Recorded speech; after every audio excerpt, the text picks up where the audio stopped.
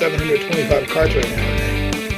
Uh-huh. I said I have like 725 cartridges right now. Like probably 50. When are you coming back? Whatever the fuck we can. That event's supposed to be November 14th at this point. Might as well, right? I mean, as of the 15th of September, they're letting Americans in. And then I assume by November, shit gets cleaned up. All right. You can tell the pressure because Colombia ain't giving no information at all. They're just like, we don't fucking care. But obviously, Costa Rica runs on a lot of U.S. money. So they're just like, okay. 15 people from New York can come and one from New Jersey. Shit makes no sense. That's crazy. Listen, y'all motherfuckers better be delivering some fucking hard-hitting stories today. Oh, yeah, don't worry about that. I'm just going to be talking shit. I assume that. Exactly. Let me make sure everything is all good on me. My role is set then. Shut up. Yeah, like for some reason, fucking Facebook's not showing me the preview. Not that it matters. The only one I can't see is you, Raymond. I still see your picture. Yeah, you're the only one I can't see as well. Oh, let me put the thing back on there. There you go. It's because I'm using one. Make sure you guys are good for audio. We're all good. Everybody can hear me well. I can hear you and see you, my friend. Good evening, everybody, and welcome to the Imperfect podcast. I am your host, El Ray. It's been a great week. It was a great Sunday service. If you guys didn't tune in, I definitely recommend you listen to that. As we go forward, we're going to do a couple fun episodes with a little bit of information involved in it. We're going to talk about, talk to some people from different countries, get some different perspectives on kind of what we think, because that's what I want to do, kind of move around and see what other people think about what's going on here, what's going on around the world, what's going on with, stuff like coronavirus and so on. Before I started my podcast, I was asked to be on a podcast, and it was actually one of my guests tonight, Roberto Moreno's podcast. And after it, I said, you know what, I'm just going to do this shit myself as well. And then he said, hey, I want to be on your shit. And I said, well, I booked the shit out so far that's going to have to be at this point, because everybody kind of said, oh, I want to be on it. I want to be on it. And we went like that. But I said, if you're going to be on it, then you better bring your shit talking brother, Rene Moreno. So my two guests tonight, Roberto Moreno, Rene Moreno, you're going to have a hard time telling them apart. So if you're on the Spotify or Apple Podcasts or any podcast without the YouTube, I don't know. We'll try to differentiate them for you. But if you're on the YouTube or Facebook, you'll be able to see kind of who's who and go from there. But how you guys doing tonight? Pretty good, man. Pretty good. So put it this way. I'm just going to throw this out there. Now, I'll just do this once for the people listening on the Spotify and the Apple, like you're saying. So this is Robert talking. See, our mom would actually, she gave up on guessing after a while when we would call home and say, like, who's coming home at this time? This person's over here. I'm at this guy's house. I'm over here. So, like, after a while, my mom would, like, she would hear us talk. We're like, okay, Mommy, we're going. Everyone's like, who's this? Like, oh, it's Theo. They're like, oh, okay. And then she'd hang up. But, like, it's not just you. It's everyone. Even our own mother cannot tell us apart when we talk to her on the phone. Even when we're talking to her, she'll call us, but she calls me by my brother's name. She's like, listen, Renee. I'm like, what? She's like, oh, yeah, you sound the same. Shut up. I'm like, okay. That's some other thing. So that always happens. But you guys are gonna be battling voices. You guys are gonna be battling Costa Rican Wi-Fi, as you see Renee's little small box right there. But we're gonna battle through it, get some good information out. Talk some country shit. Talk some movies, some travel, some unpopular opinions, because I have plenty of them, and damn sure Renee does too. Wait to share. As far as you guys go, and I guess we'll start with Renee first, before he completely disappears into oblivion with that internet box. Give me a quick background on like where you guys are from. I know we talked before, Robert, on you're saying Canada, but like where you grew up, where you moved, when you moved, and where you've been along the way in your journeys.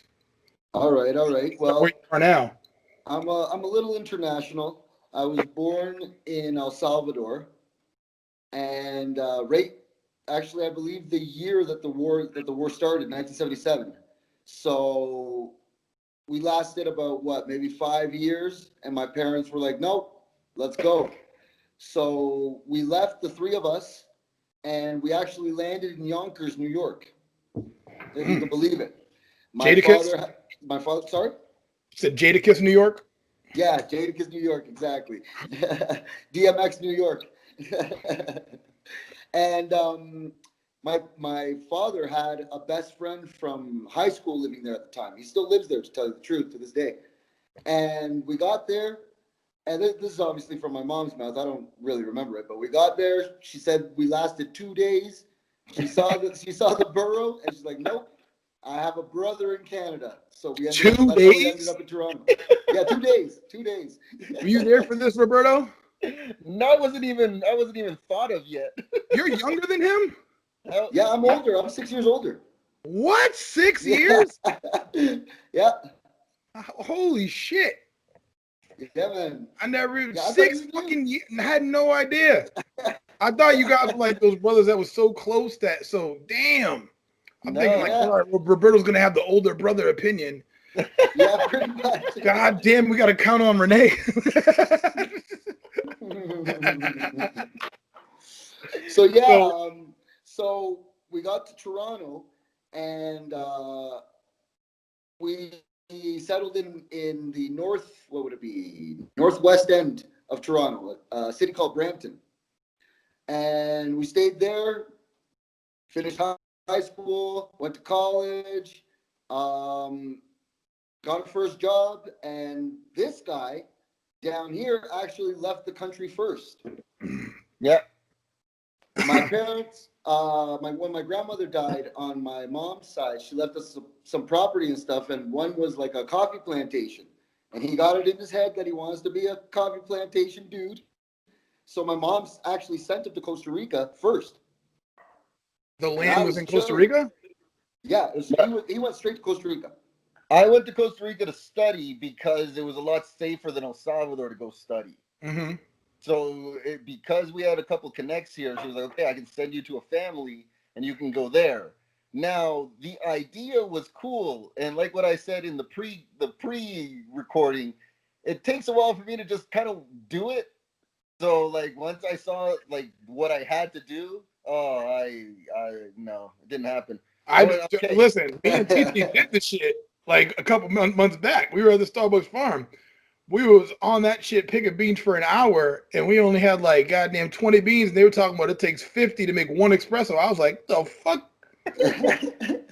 So I can see what that is, but I mean, even that type of land. So the land you're saying was in Costa Rica? No, the land. No, the land was in El Salvador, but because obviously agriculture and nature is different from North American boreal forests to jungle down here, my brother had to come somewhere around here to get to study the actual difference and make. I see you. So when you said study, grow. I thought you meant like study in school. I didn't know you meant actually study what you had to do as far as the coffee farm. You should have told me, He man. was like on his knees and stuff in the ground. I told you, we legit did the shit like a couple months. We were at the Starbucks farm in Costa Rica. They brought us through the whole tour. We were picking coffee, and they were talking about how they move people from actual place to like the pickers there in Costa Rica. They live on that place, and then they move them wherever they're picking coffee next. Oh, and then they have they're truckloads. Oh yeah, it's that place is absolutely fucking huge. Mm-hmm. So yeah, so he was down there for like 2 or 3 years or whatever, and he called me one day. He's like, "Yo, man, it's been like X amount of years," because I believe I was in Montreal for a bit too. I was all over the place, and he's like, "Why don't we meet up?" And I was like, "All right, let's meet up in El Salvador," because just that time, my parents, the hard workers that they are, they just built our beach home that we have there, our rancho. So I was like, "It's just built, man. Let's go." So we met there, stayed about a couple of years, and then he convinced me to come to Costa Rica. That's how I got there. So in your 50 years of life experience, Roberto, as far as like the countries and the states that you guys have been and that you've seen, what's the difference? that you've seen from, country to country as far as like maybe healthcare, education? I know we spoke before, and you said you haven't seen any like types of or experienced any type of racism. I'm sure Renee has a different take on that, but we'll start with you on the Hmm. answer of kind of what you see country to country, like the Canada, the El Salvador, Costa Rica to United States. Okay, I'll put that like this because I don't really know numbers, so I'm gonna explain it in like personal experience. Like this is how I felt the different cultures being born in Canada, raised in a bubble, in the suburbs. Like you know what I mean? Like what I said, no homeless in my hometown until I like left at like 20 something. Like it was clean, it was boring. Then I came down to Costa Rica, but at the same time when I came to Costa Rica, it was my first time leaving the house. So I kind of went a little Charlie Sheen down here. So I didn't really didn't really focus too much on the culture. Yeah, you see any homeless But there? when I got here, like there was no cops on the corners. Everything was a lot more free. It was a lot dirtier as well. You know what I mean? Then like the people coming from Canada and them being here, and I also spent a little time in El Salvador before. The people here were a lot more Americanized for me because they can mind their own business. They just kind of, you know what I mean? They don't necessarily have to talk to strangers or anything. When I was in El Salvador, I'm kind of like my dad. I'll like look at people and just say, "What's up?" Like instead of giving them a mean mug, instead of being stupid like that, like if someone's like staring at me, I'm like, "What's up?" And then like it just kills all tension. If there ever is any, which I don't think so, it's just like, "Hey, what's going on? Why are you staring? I got no beef." So here they love to stare and shit. Like the funniest Tico fight I've seen was in a bar that the guy starts pushing the other guy. So one of the guys just say, you know what? I'm not gonna waste my time. Punches the guy in the face. The guy gets punched in the face. Says, "Why'd you hit me?" He's like, "What?" He's like, "You're supposed to push me back." He's like, "I got no time for pushing." Like, you know what I mean? Like that's like that's the type of shit that I saw here. And I was like, wow, that's different. Going to El Salvador and then being very gullible and like just not too street savvy at the same time when the guy's like, "Hey, let's go to a wachapan," and when everyone says no and I'm the only idiot that says yes, you wonder why I'm the one that says yes to go to this town that nobody wants to go to. So when we get to Where this where fucking, hold on. Where is that town? this is El Salvador. This is a Okay. Huachapan. This is moving to El Salvador. Sorry, because like that's what I saw here. When I go to El Salvador, people are a lot more open. They're a lot. They're not. Yeah, they're almost. They're nicer. They'll Hmm. greet you for no reason. Stop, and talk to you. Not saying That it doesn't so happen you know here, what's but well that it's crazy you say that because like Costa Rica is voted the number one nicest place with the nicest people in the world. But obviously your perspective on that is different because I oh, think people just come. Tell me the differences, like specifically of why you feel that El Salvador is different in terms of the people than Costa Rica. okay, I'll say it like this. I've literally done this. I've walked down the street, said hi to 10 people in Costa Rica. I get 3 highs. In El Salvador, I get 9. Like they won't just ignore me or think that I don't know. I guess most of the times I'm wearing big jersey and shit that I'm trying to do something to them. You know what I mean? Like I'm not trying to. I'm the last person anyone should ever think that. But like just walking around here, I can say hi to a bunch of people. I do not get any responses back. In El Salvador, I can say hi to whoever, and they'll at least smile and nod and keep going. Like they'll at least acknowledge that okay, I heard you. Here they'll just walk right past you, guy.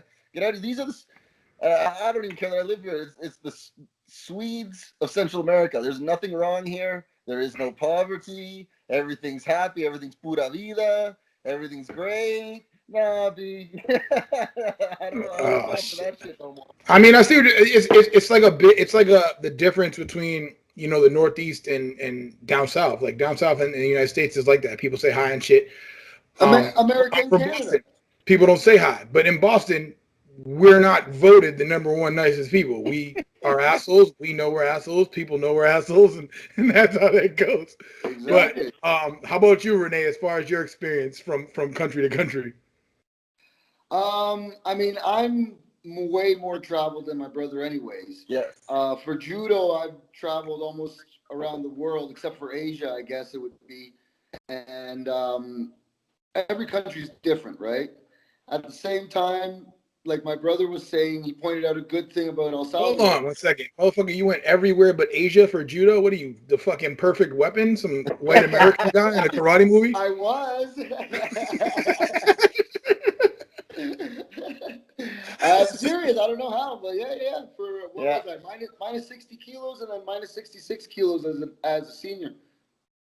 So yeah, yeah, yeah. But that's a different story. But anyways, so every country's different. Every country has their goods and their bads and whatnot. And in every country, you can have the potential of violence, just like you can have absolutely nothing go wrong in El Salvador, and you can get mugged in Paris, type of shit, you know. Yeah. But generally, talking about Central America, I guess you could say that Costa Rica, just like my brother said, he lived in a bubble in Canada. Costa Rica lives in a little bubble here in Central America where every other culture has not only had a revolution, but they've definitely had a war and are more desensitized and shit. So people that dress like thugs or people that look sketchy to them isn't as bad in Guatemala, for example, as it is. Mm-hmm. Okay. So, I mean, I know, Roberto, when I was doing your show with you, you said that you and Renee one time ripped up the Bible and used it to smoke weed. So that would lead me to my next question of, Really? as far as religion, what do you guys you're, really you're gonna hit that believe in bomb? as far as religion? What was that? What's the question? Your What are your religious beliefs? Mine? Okay. This is my whole thing on religion because Mitzi, she's super religious. Super religious. She knows all the songs, all the chants, all the That's your wife? scriptures. That's my wife. Yeah. She knows it all inside out. And she's really tried to get me to go to church and do that stuff. But this is the thing. Okay. I feel like me and God are cool. Like I try to be a good person. I try to follow, like, you know what I mean? I don't do harm to others. I try to stay on my path. I don't wish anyone any harm in any way, nothing like that. But I just can't trust the word of man who's telling me do this and this and this or you're going to hell. Or this and this and this is how you get on the good graces. No, no. That's all of those rules are written by man. If God is real, which I do think he is because I do believe in a higher power. I don't think that his whole thing would be okay, well, you have to follow these rules to be someone good. I think someone good would just be someone that, you know what I mean? Just all we can really do is live our life, not harm others. Don't try to steal from, like, I understand the commandment stuff, but that's just like it's almost like common sense. You're not supposed to steal. You're not supposed to kill. You're not supposed to fucking screw your neighbor's wife. Like it's not things you're supposed to do. Yeah, but I mean, you're talking about. I get what you're saying, but that's common sense. But you still had a framework behind believing that common sense, and that's what you don't realize. Like, for instance, a sociopath. It's not Uh-huh. common sense to them. That's very true. Now, another thing is the whole. It's just I don't know. I have too many questions where the priest. I don't think they can give me the answer. I don't think that's like where it goes. And I say that in the sense of if I get into something, I like to know the ins and outs. Like being, I'm not trying to just switch the topic, but being a coach. When I decided to be the coach, and I love being a coach, I read themes, playbooks, how to. Like I went crazy into it.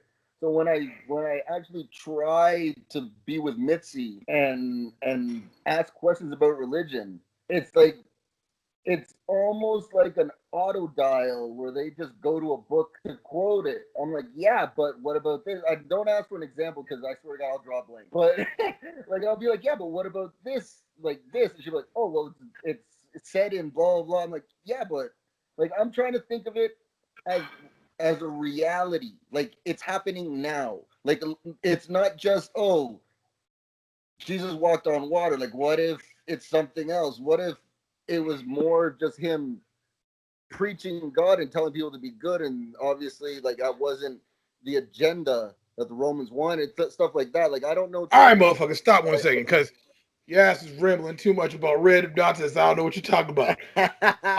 Renee's gonna be a lot more concise with this being the elder. Well, what my point is? My point is this: I do not trust. Like, it's too much bad with the Vatican for me to start believing people from there and saying they know the Word of God. So that's why I don't like church. That's why I don't like that. But I do believe in God, and I try to be a good person. That's where I stand on religion. There it is. Look at that. All that's what we got to. No, let's go. I'm looking at these live comments. I'm gonna have to turn them shits off because Ralph just tries to make me fucking laugh with the shit that he says. One being, is he saying Misty or Mitzi? The other one saying cavemen just decided to stop raping and killing everybody out of the blue because of natural morals. So Renee, religion.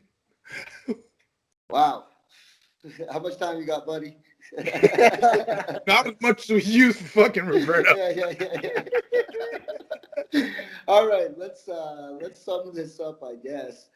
For me personally, in my actual view, I'm pretty much like my brother. I'm spiritual, definitely. It's too. It You don't can't be. like It can, sorry. It can't be too that much of a coincidence that all of this has happened. You know what I mean? Not even just the Earth. I'm talking universe and all that stuff. It can't just be a coincidence. But religion itself is, to me, guidelines, max. I personally now believe that Jesus was just a man. Definitely. Like back in 1982, back in 1991, the Vatican itself was repressing a lot of info.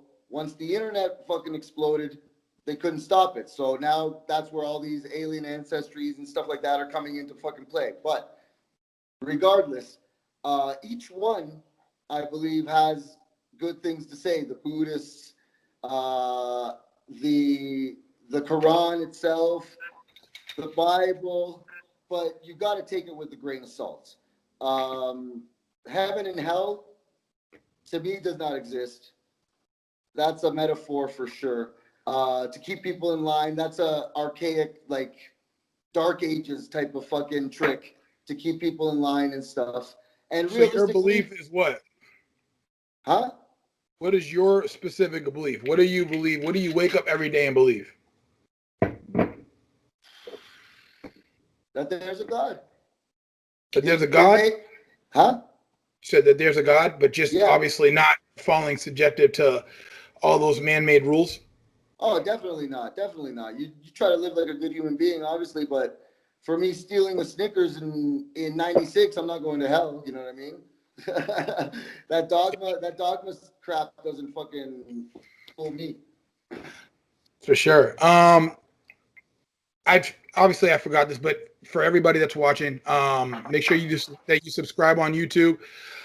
After listening to a recent Joe Button podcast, I might just completely drop Spotify soon just because of attacking people's creative ability. Obviously, I'm not as big as his podcast, but at the end of the day, it's all about art and preserving our minds. As you see the shirt, Exactly. subscribe, motherfucker. Exactly. Do it. Subscribe right now. Watch it on YouTube because if you don't, you won't be able to tell these motherfuckers' voices apart. So I talked a lot last episode with our guests about basically unifying minorities. And as far as obviously Roberto not understanding that there is racism in the world yet, come on down to Florida, buddy. What do you guys consider yourself as in terms of race? Because I can tell you right now, Roberto, you come here, your ass is Mexican. It doesn't matter where the fuck you're from. So, and this is Roberto. It's going to talk, everybody. What do you consider yourself as in terms of minority? Do you just consider yourself a Salvadorian? Yeah, I'm Latino. You know what I mean? Like, I'm in the group. I'm a Salvadorian though, always. I was born in Canada, but just like most immigrant families, in the house was all the Salvadorian all day, every day. Like the times I was being Canadian was outside. Inside Yeah, the it's streets. just pupusas, casamiento, plátanos, And whenever you all went to the the shit. hospital because you needed that health care. Yeah, oh yeah, fuck yeah. Break my arm, have no money, walk out same I'm day. not El Salvadorian anymore. I'm Canadian. Canadian, son. On Look at my paper, birth, on look at my birth paper, I'm certificate. Canadian. What about you, Renee? Oh, I'm definitely Latino. Even in Canada, I was Latino. Spoke when my friends would come over. I'd speak to my parents in Spanish and to them in English. You know what I mean? That what they say, and vice versa. So yeah, 100% definitely. Always Well, been brown. that's a perfect answer because actually my next question is what type of parents did you guys have? Because the way that you Oh, guys think is a lot different, especially in the case of you, Renee. Roberto's a little bit more reserved and traditional, except for his first year in Costa Rica. But how were they? Like, are they heavily religious? Did you have to argue with them about like knocking religion down? No, I'll no, I grab this mean, beer real fast. How about this? I'll take Papi, you take Mommy. All right. all right. So my dad was real easy. He was always the hard worker. He was always working. Now that he stayed with me, I got to enjoy him a lot more and like talk to him and stuff and laugh with him. But when we were growing up, he was working what 14-hour shifts like every day. Like Mhm. we So would see him yeah, when he he, gets he was up. El Salvadorian, not Canadian. Oh Yes, yeah, sir. oh yeah.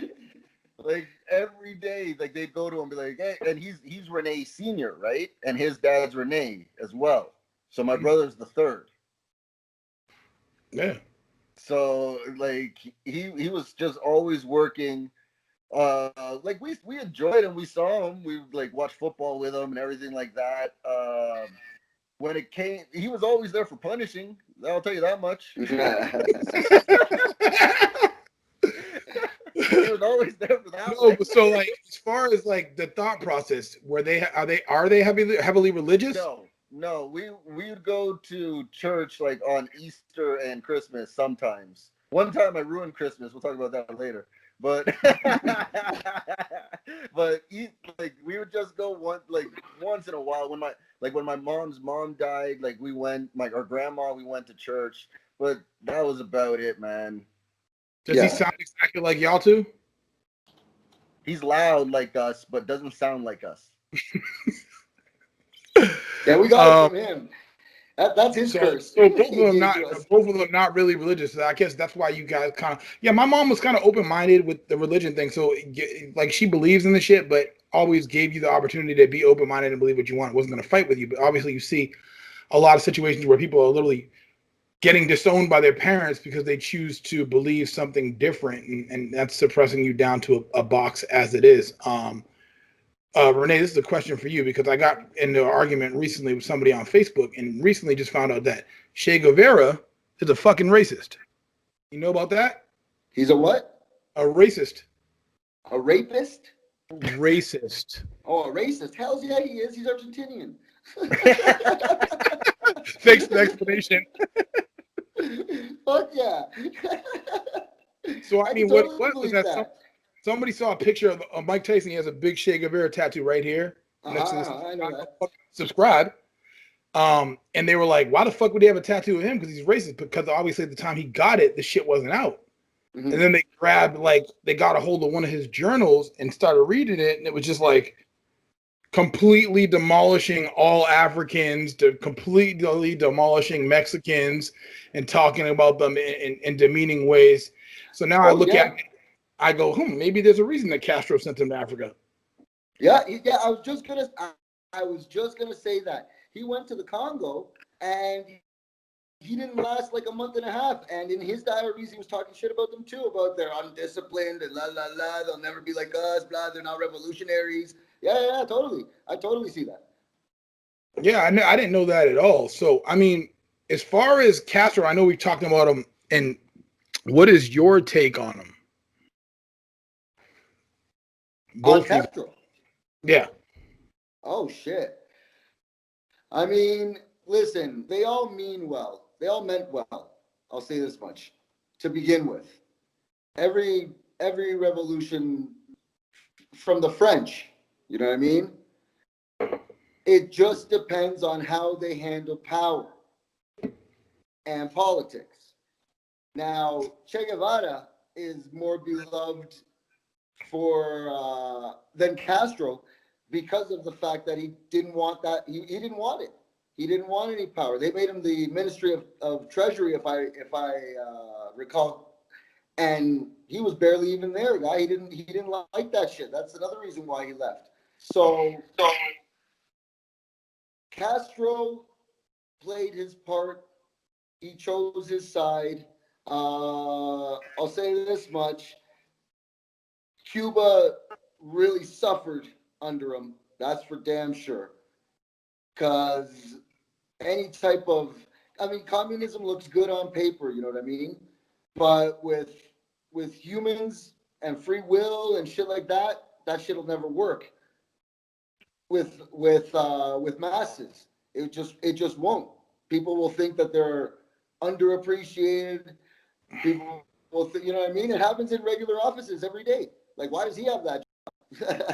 I No, should have I mean that job. that's true. I mean, at the point when you look at it from the outside, Costa Rica has basically become what Cuba was before Castro told the United States to move the casinos and the prostitution out of there. Exactly. And now the thing that people kind of really lack about it is that Cuba's in the top 10 in the world in education, Mm-hmm. especially with doctors. I think it's like the fourth or third most amount of doctors that they put out in the world. So Mm-hmm. reinvesting in And the education. doc. You look at the United States and they always talk about, oh, we're going to build the wall to Mexico, but Mexico's not a fucking island like Cuba. You can't destabilize Mexico because they're tied to the rest of the Exactly. goddamn America.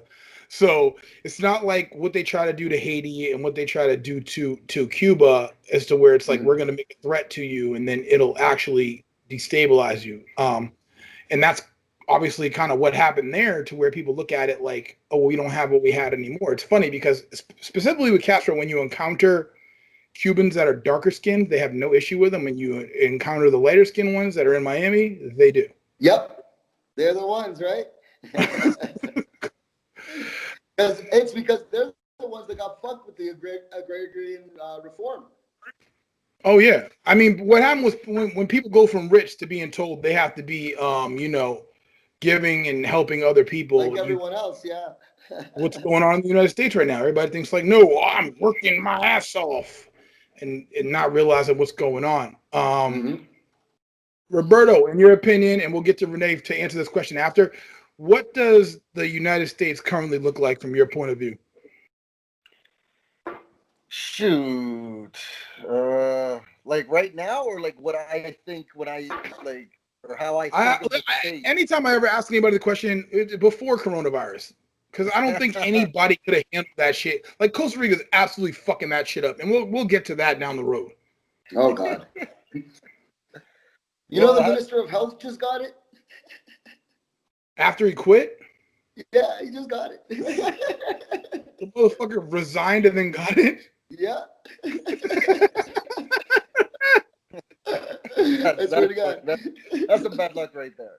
Now, how do I see the states? Shit, man. Like,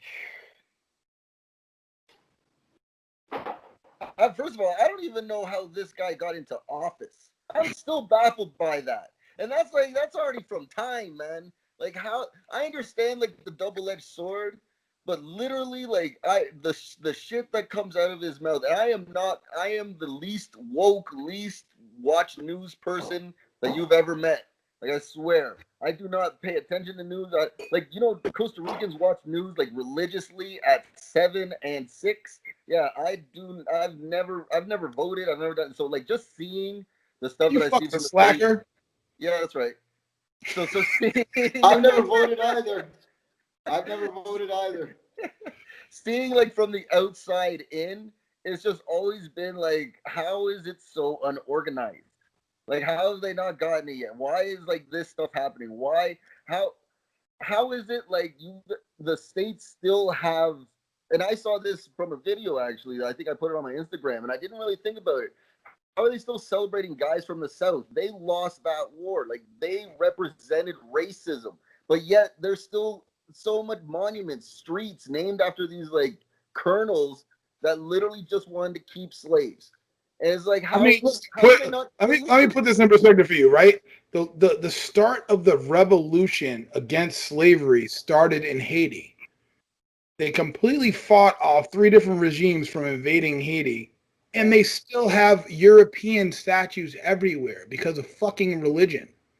So I don't think they have a black dude statue up. And the Citadel is literally the bastion of fucking freedom in the Americas, but you'll still go and put these people up as if, they mean anything to you. And even when a lot of Haitian guys come here or Costa Ricans come, like Costa Ricans are like, oh, I can't wait to go to the United States. And you're like, Costa Rica's fine. Like, what do you think is here? Because they're showing you, Fink said it last episode, just because they're showing you New York on TV and fucking Miami and LA, and they're not showing you the fucking center of Mississippi.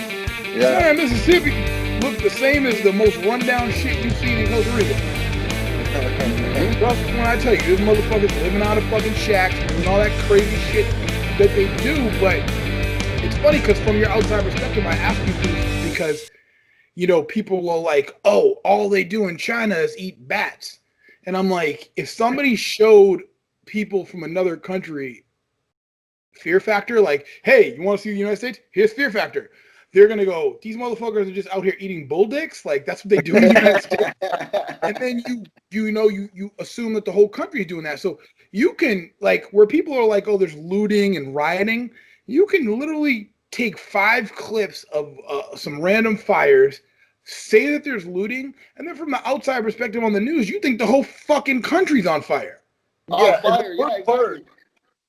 The worst part is people talk like the people that don't pay attention. All you hear is celebrities saying the world, the country's in crisis, and then so people just think like it's everywhere. It's not just one little city. No, if there's one riot, it's the whole country that's rioting. Like that's how people will see it as well. That's how they hear it. Yeah, that's it. You got to understand that that's possible in the Costa Ricas. It's possible in countries where a lot of people think with the same mind process. But when you're asking the question of how this dude got in, as far as minorities are, Black Americans are 13% of the United States, and white people, or in the census, what people call white, is 83 or 80. And then there's like a mixture of, Latino, a mixture of Asian in there as well. But that's the reason why. And it's funny because I was watching a documentary on HBO yesterday. What's it called? Something over Brooklyn. I forgot what it's called. But when you listen to these, there's a lot of, it's in New York, and there's a lot of like Italian Irish complaining because some kid got shot in a racial shoot. They're literally fucking sound exactly like they sound today. And they think it's not racist. It's just like the same statements by millions of people. You got 9-year-olds calling people niggers everywhere. And now these motherfuckers are, people think this is like the 1600s. Like this is fucking 1986. Yeah. These motherfuckers now are police officers and firefighters and shit because they ain't, and the president. And the president. But Renee, your outside opinion of what's going on. I know you obviously been to the States a little bit more, to different states, but from what you've seen, what you've experienced, and kind of how you look at the United States now. Oh, man. I mean, to start that off, even though I was born in El Salvador, I was raised in Canada. So my demeanor and shit is Canadian. You know what I mean? So I've always, and I've been going to the States at least, I think the first time I went to Buffalo for a tournament, I was like 12 or something like that. So I've been going to the States for a long time. But as a world country, the States is Rome, has been Rome since the 80s. Everyone is pretty much under them.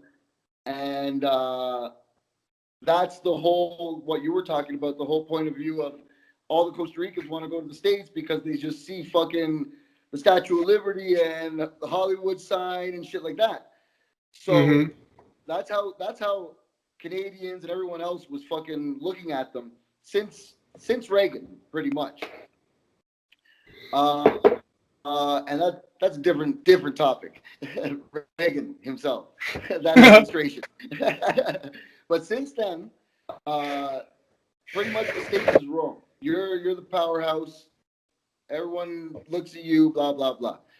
Me, myself, going, like you said, going to different states and stuff, honestly, you guys are as diverse as the laws from state to state. It depends on the state. It depends on where you, like you were saying, Boston. I've been to Boston. Oh boy. Boston taxis. Oh boy. So the one thing I will tell you is in the states, everyone's on edge, man. Everyone's looking over their shoulder. Everyone's looking at everyone else. Especially compared to Canada. Canada, everyone's chilling. I mean, we leave our doors open or unlocked for fuck's sakes. I never locked my door. Yeah, at least in Canada. I never Yeah. used to lock my door either. In our household, we never used to lock our door. It was so easy for me to get back in from sneaking out. My parents would fall asleep at 8 p.m. and I'd come home at fucking 4 a.m. just open the fucking door. No, I mean, I lived in for a long time, well, maybe like fucking 9 years. I lived in the safest city in the United States, so I didn't lock my door either, and there wasn't homeless people there. But Oregon, like in Oregon, they don't lock their doors. You know what I mean? it depends on where in motherfucking Oregon. Because once again, there's bad areas everywhere, and there's pockets of poverty everywhere. I mean, in the fucking center of the United States, which nobody ever talks about, there's not really a lot of crime and shit because everybody's white. I put the map up a couple episodes ago so people could see it. Yeah. And you're talking every state there is less than 2% of any type of really minorities there. So, I mean, when you did come to the States at that point, and I don't know what years they were, did you ever experience anything that you kind of thought was racist? Because when people don't, I think when people start to see what it is, they see it more. And then when people just live like an ignorant life as to what it is, then they don't know that somebody's kind of discriminating against them. Mm-hmm. Now, I've gone in two different scenarios.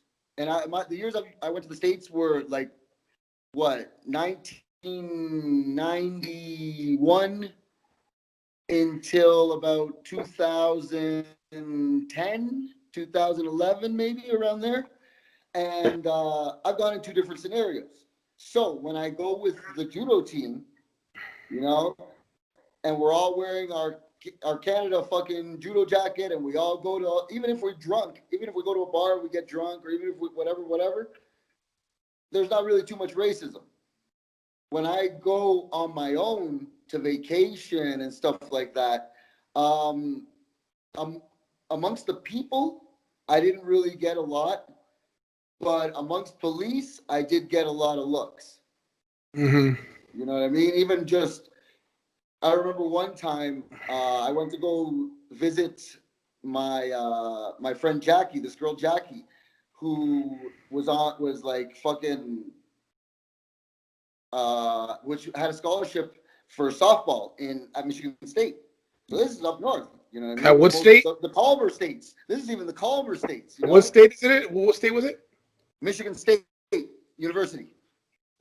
Michigan. Yeah, Michigan State. She had a scholarship for Michigan State. So we were in the car. We were in the car coming out of a bar. I stayed at her house for like 4 or 5 days or whatever, and we got pulled over. And at first, the cop walked up and saw her and was cool. But when he saw me, hand on the gun right away, la la la, and started not really barking orders, but changed his demeanor like instantly. Oh yeah, for sure. So it's crazy because you guys are like just enough apart in years that it's perfect for you guys to have almost two different perspectives, even though you're brothers and sound exactly the fucking same. So yin and yang. Yeah.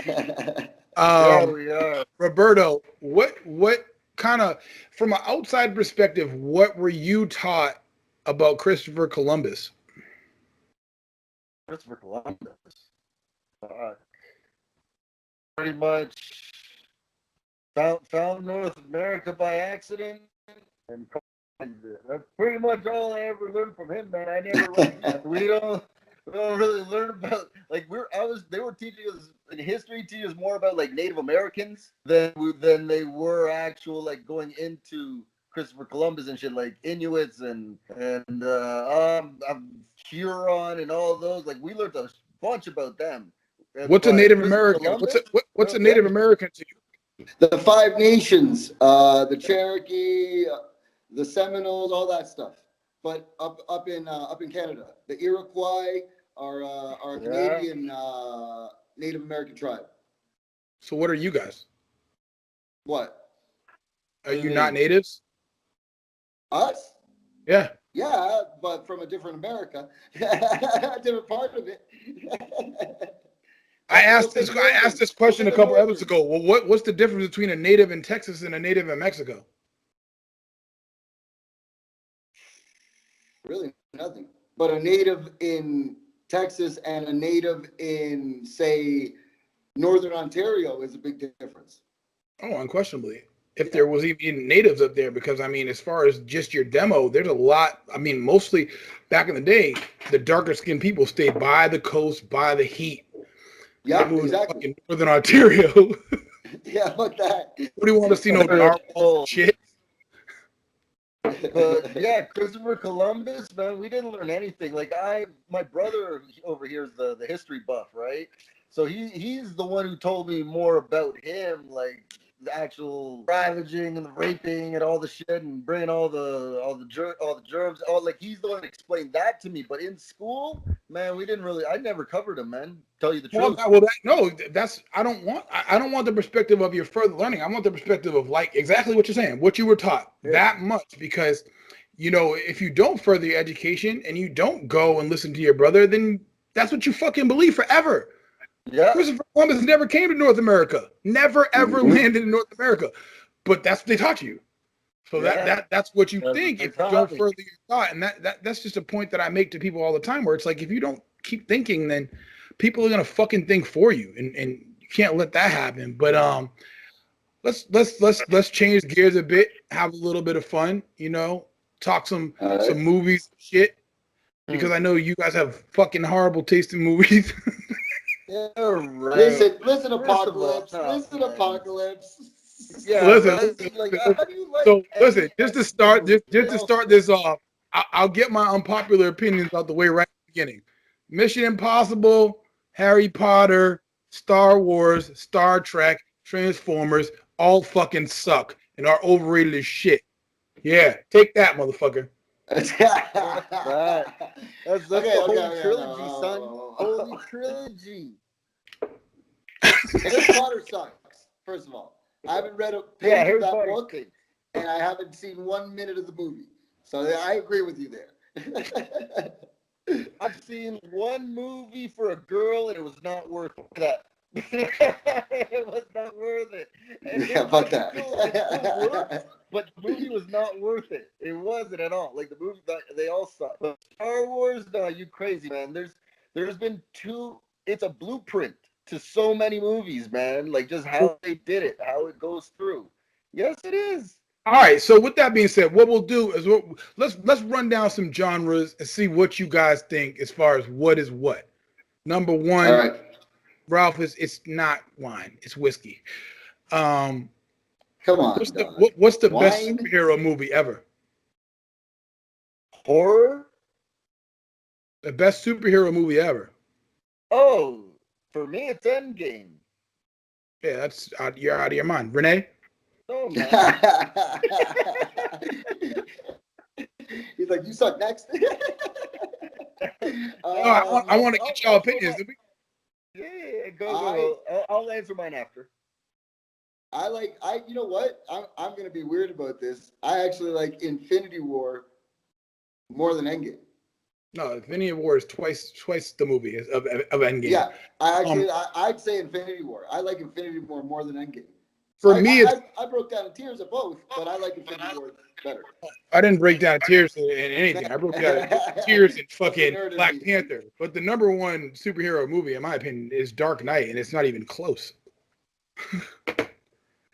And I don't even like Batman. But with that being said, I feel like, I don't know if you guys are Batman people, but every time I see Batman online, people think this motherfucker could beat anybody. They be like, oh, Batman can beat Superman. I'm like, how? Solid movie. The motherfucker Superman just stepped in front of his fucking car and crushed Okay. shit in pieces. Okay, look, Yeah, check there's no this. way. Check. I am not a comic connoisseur, but I know enough that at least I can talk like how you talk about facts. I can talk about comics and movies. So I feel secure about this. I'm very secure. That's Now, good. Is thing Dark about is Dark Batman, Knight is Dark hold on, Knight with the Heath Joker Ledger. Yeah. with Keith with Heath Ledger. Keith Ledger? Ledger. That's the second best superhero movie in my opinion. No, it's great. Now this is why I have this opinion though. I agree with both of you. Infinity War is I like it better than Endgame. But the thing about Infinity War for me is it's our type of movie. It's your Rambo, it's our Commando. It's nonstop in your face mad action all day every day. Then you Exactly. get to Endgame. For me, like going into there not knowing anything. This is why it for me it's more the movie than my opinion because it wrapped everything up in 10 years. And in those 10 years, because I've been so invested in every single one of those characters, it was just such a roller coaster of emotion for me. Yeah, I cried the whole damn movie, and I say with pride, proud motherfuckers, proud. The whole movie. From when I saw Hawkeye's family disappear, I'm like, ah! Then I Man, would what the go fuck? through. Then you see, Did you God, watch that shit in everything, man. Spanish or something? Hell no, only English. And I go day Listen, one. motherfucker, yo, I go listen. opening day. So if we're talking Endgame, what the fuck was going on in the first half of the movie? Where was Thor at? Like, what? Thor was with a fucking midget. You were crying during that. Like, that made no sense. That's why I don't like Endgame. If you're talking about, listen, if you watched Ragnarok, you literally watch Odin tell him, "Are you the god of hammers? Or are you the god of lightning?" Then Exactly. he realizes he's the god of lightning. Then spends a whole fucking hour of a movie looking for a fucking axe. Right? That doesn't make any Yeah. sense. No, the axe is the weapon to beat Thanos. Is the only thing that he can think of that he could actually have a chance of winning with. So it's not so much that, oh shit, I need this. It's my power's not strong enough to beat him. I need this extra boost to actually beat him. Yeah, Because but then Yo, remember, but he here's the has thing. that axe. Hold on. That axe gave him the ability to get to Earth because he has no Bifrost. That thing's been destroyed. So without that axe, he doesn't get to that war zone at the end to actually come save the day, but yet lose at the same time. they didn't have to invest so much though.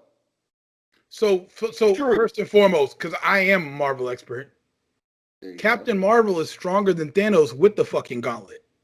Fuck So yeah. that But whole we've talked movie's full of about shit. this. Yeah, listen, I think, you know why I can chime in on this? I literally just watched the last battle like yesterday. I just felt like fucking The watching last it. battle was fucking amazing. The So last battle was epic. That's Amazing. locked in. Amazing. when she comes in and grabs his hand with the gauntlet and doesn't let him clench the fist, he knows that he's gonna beat her. So he actually, with his other hand, grabs the power stone, puts it in his hand, and punches her to beat her. Mm-hmm. So you're right that she is stronger than Thanos with the gauntlet. And that's why he did that. It was a little mini fucking scene. And that's why he did that.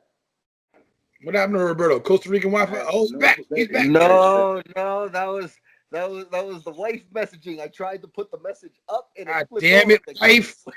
Mitzi. Let's move on to the next one. Did y'all want to talk genres Oh, and you hold want to on, talk hold about on, hold on. inspiration? Give me 2 seconds before you move this forward. Okay. Go ahead. Give me As two long as seconds. wait, call you Now, again. going back to your Batman. See, the thing about Batman for me, first of all, the reason he's one of the baddest guys on the planet and he can beat so many people is because for me, right, is because he always finds the weakness in the others before they do, or he accepts the things that they won't before they do. Like the animated DC universe. Have you ever seen it? I'm telling you, it is beyond amazing. It is if they could just put those movies with people and not even change it, it would be up there with Marvel. No bullshit. Their animation It's is at Marvel level. amazing.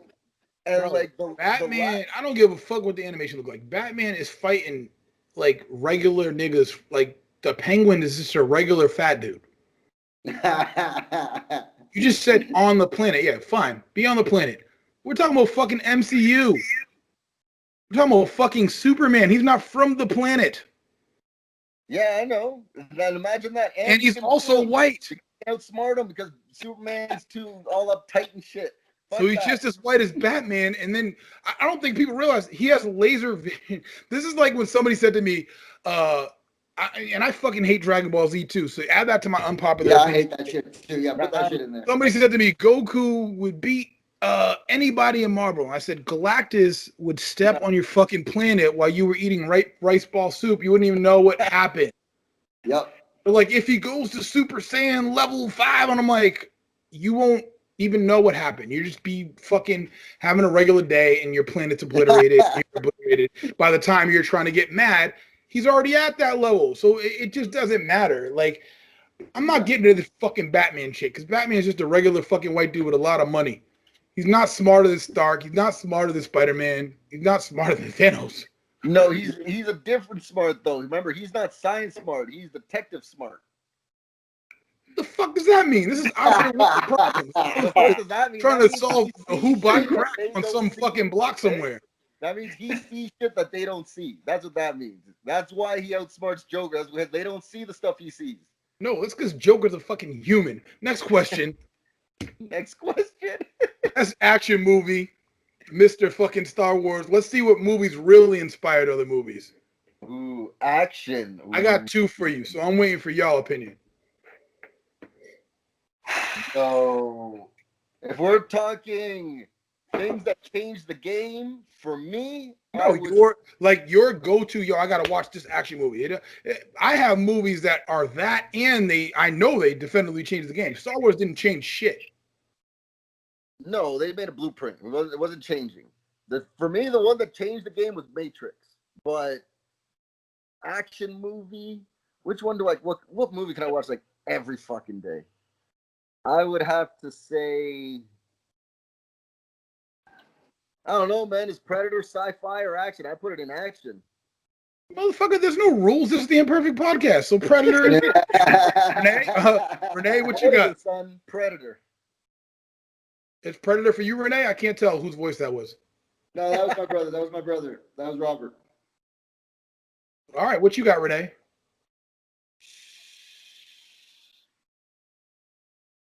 I'm gonna stick with Arnie. Probably Commando. Oh shit!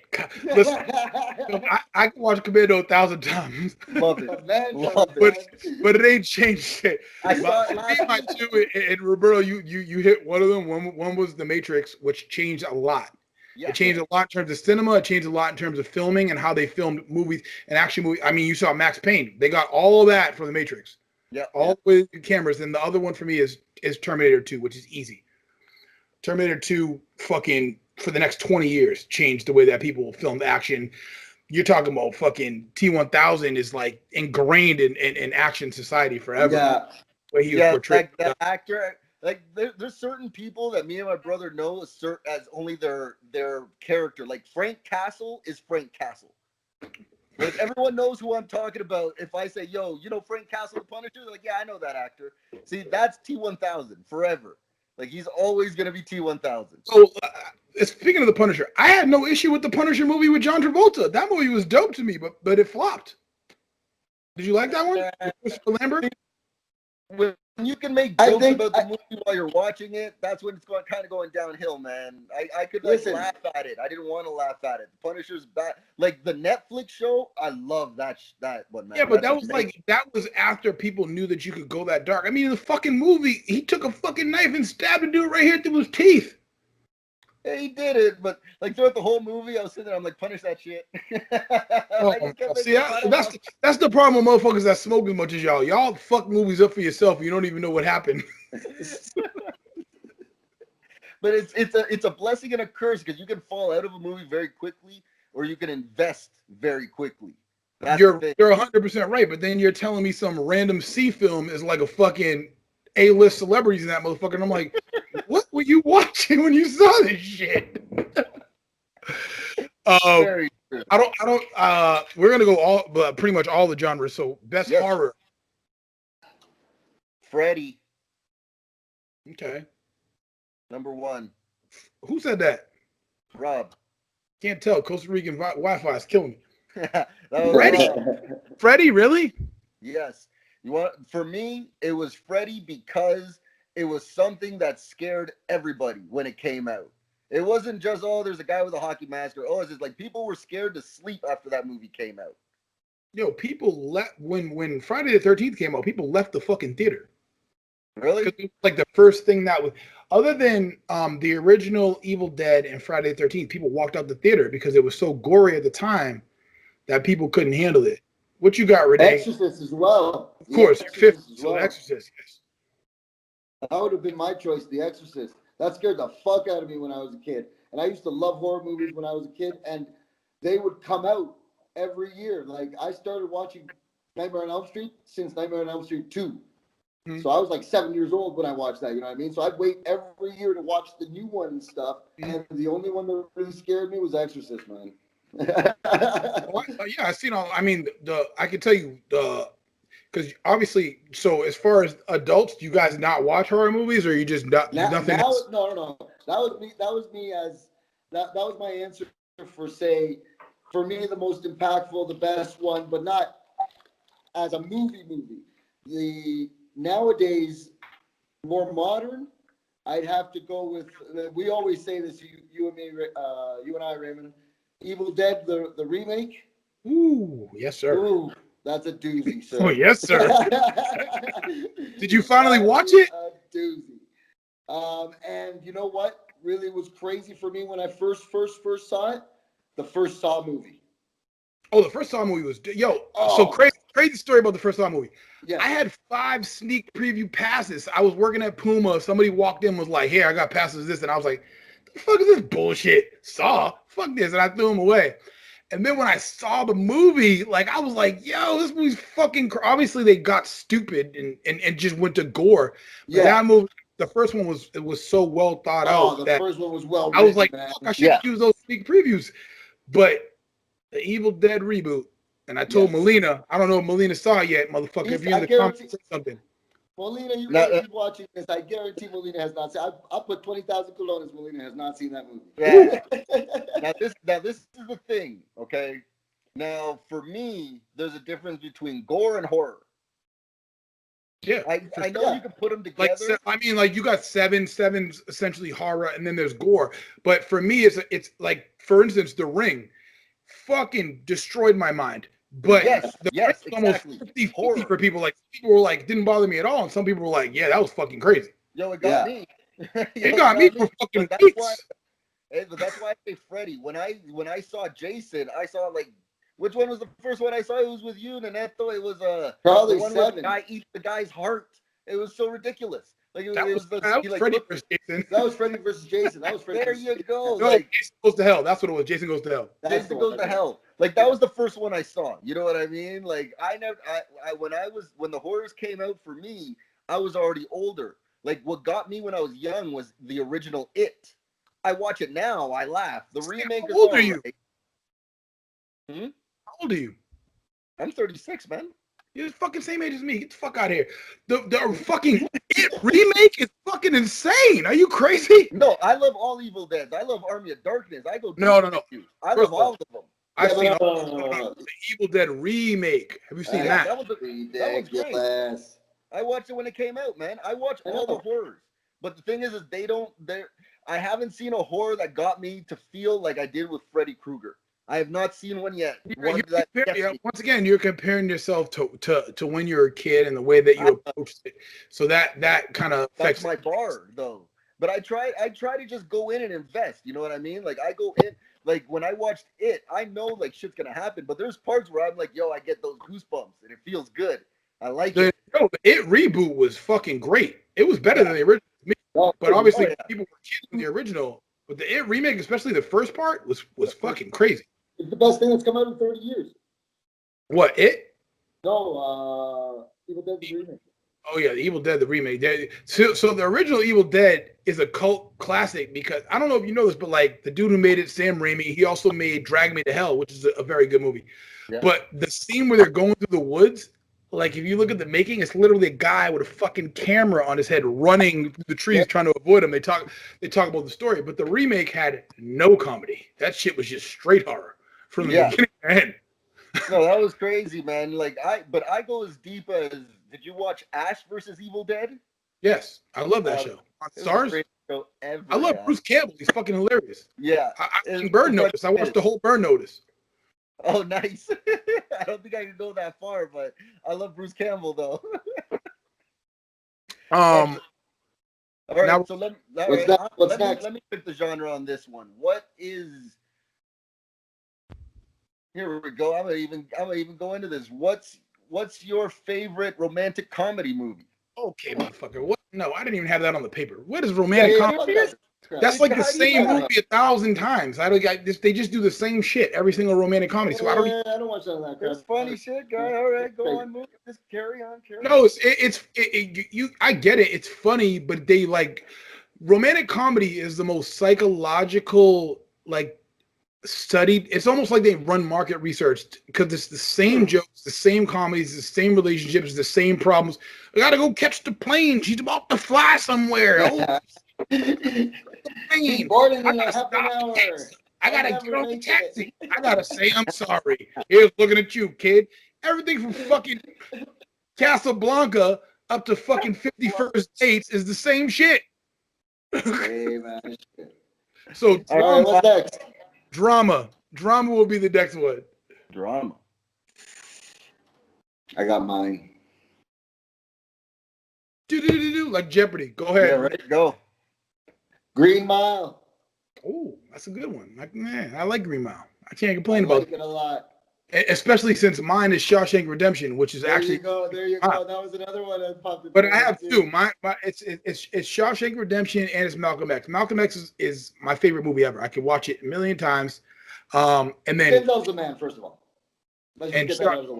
What is it? Denzel's the man. Oh yeah, Denzel's the man. Let's just get that out of the way. yeah. Got that out of the way. And then fucking Shawshank Redemption is just a great movie. Like I've encountered people that haven't seen it, and I'm like, man. And then Green Mile is fucking excellent as well. What you got, Roberto? Like Starship Troopers or some shit? It's up there. It's top three. It's top three. It's all time, baby. But you know what?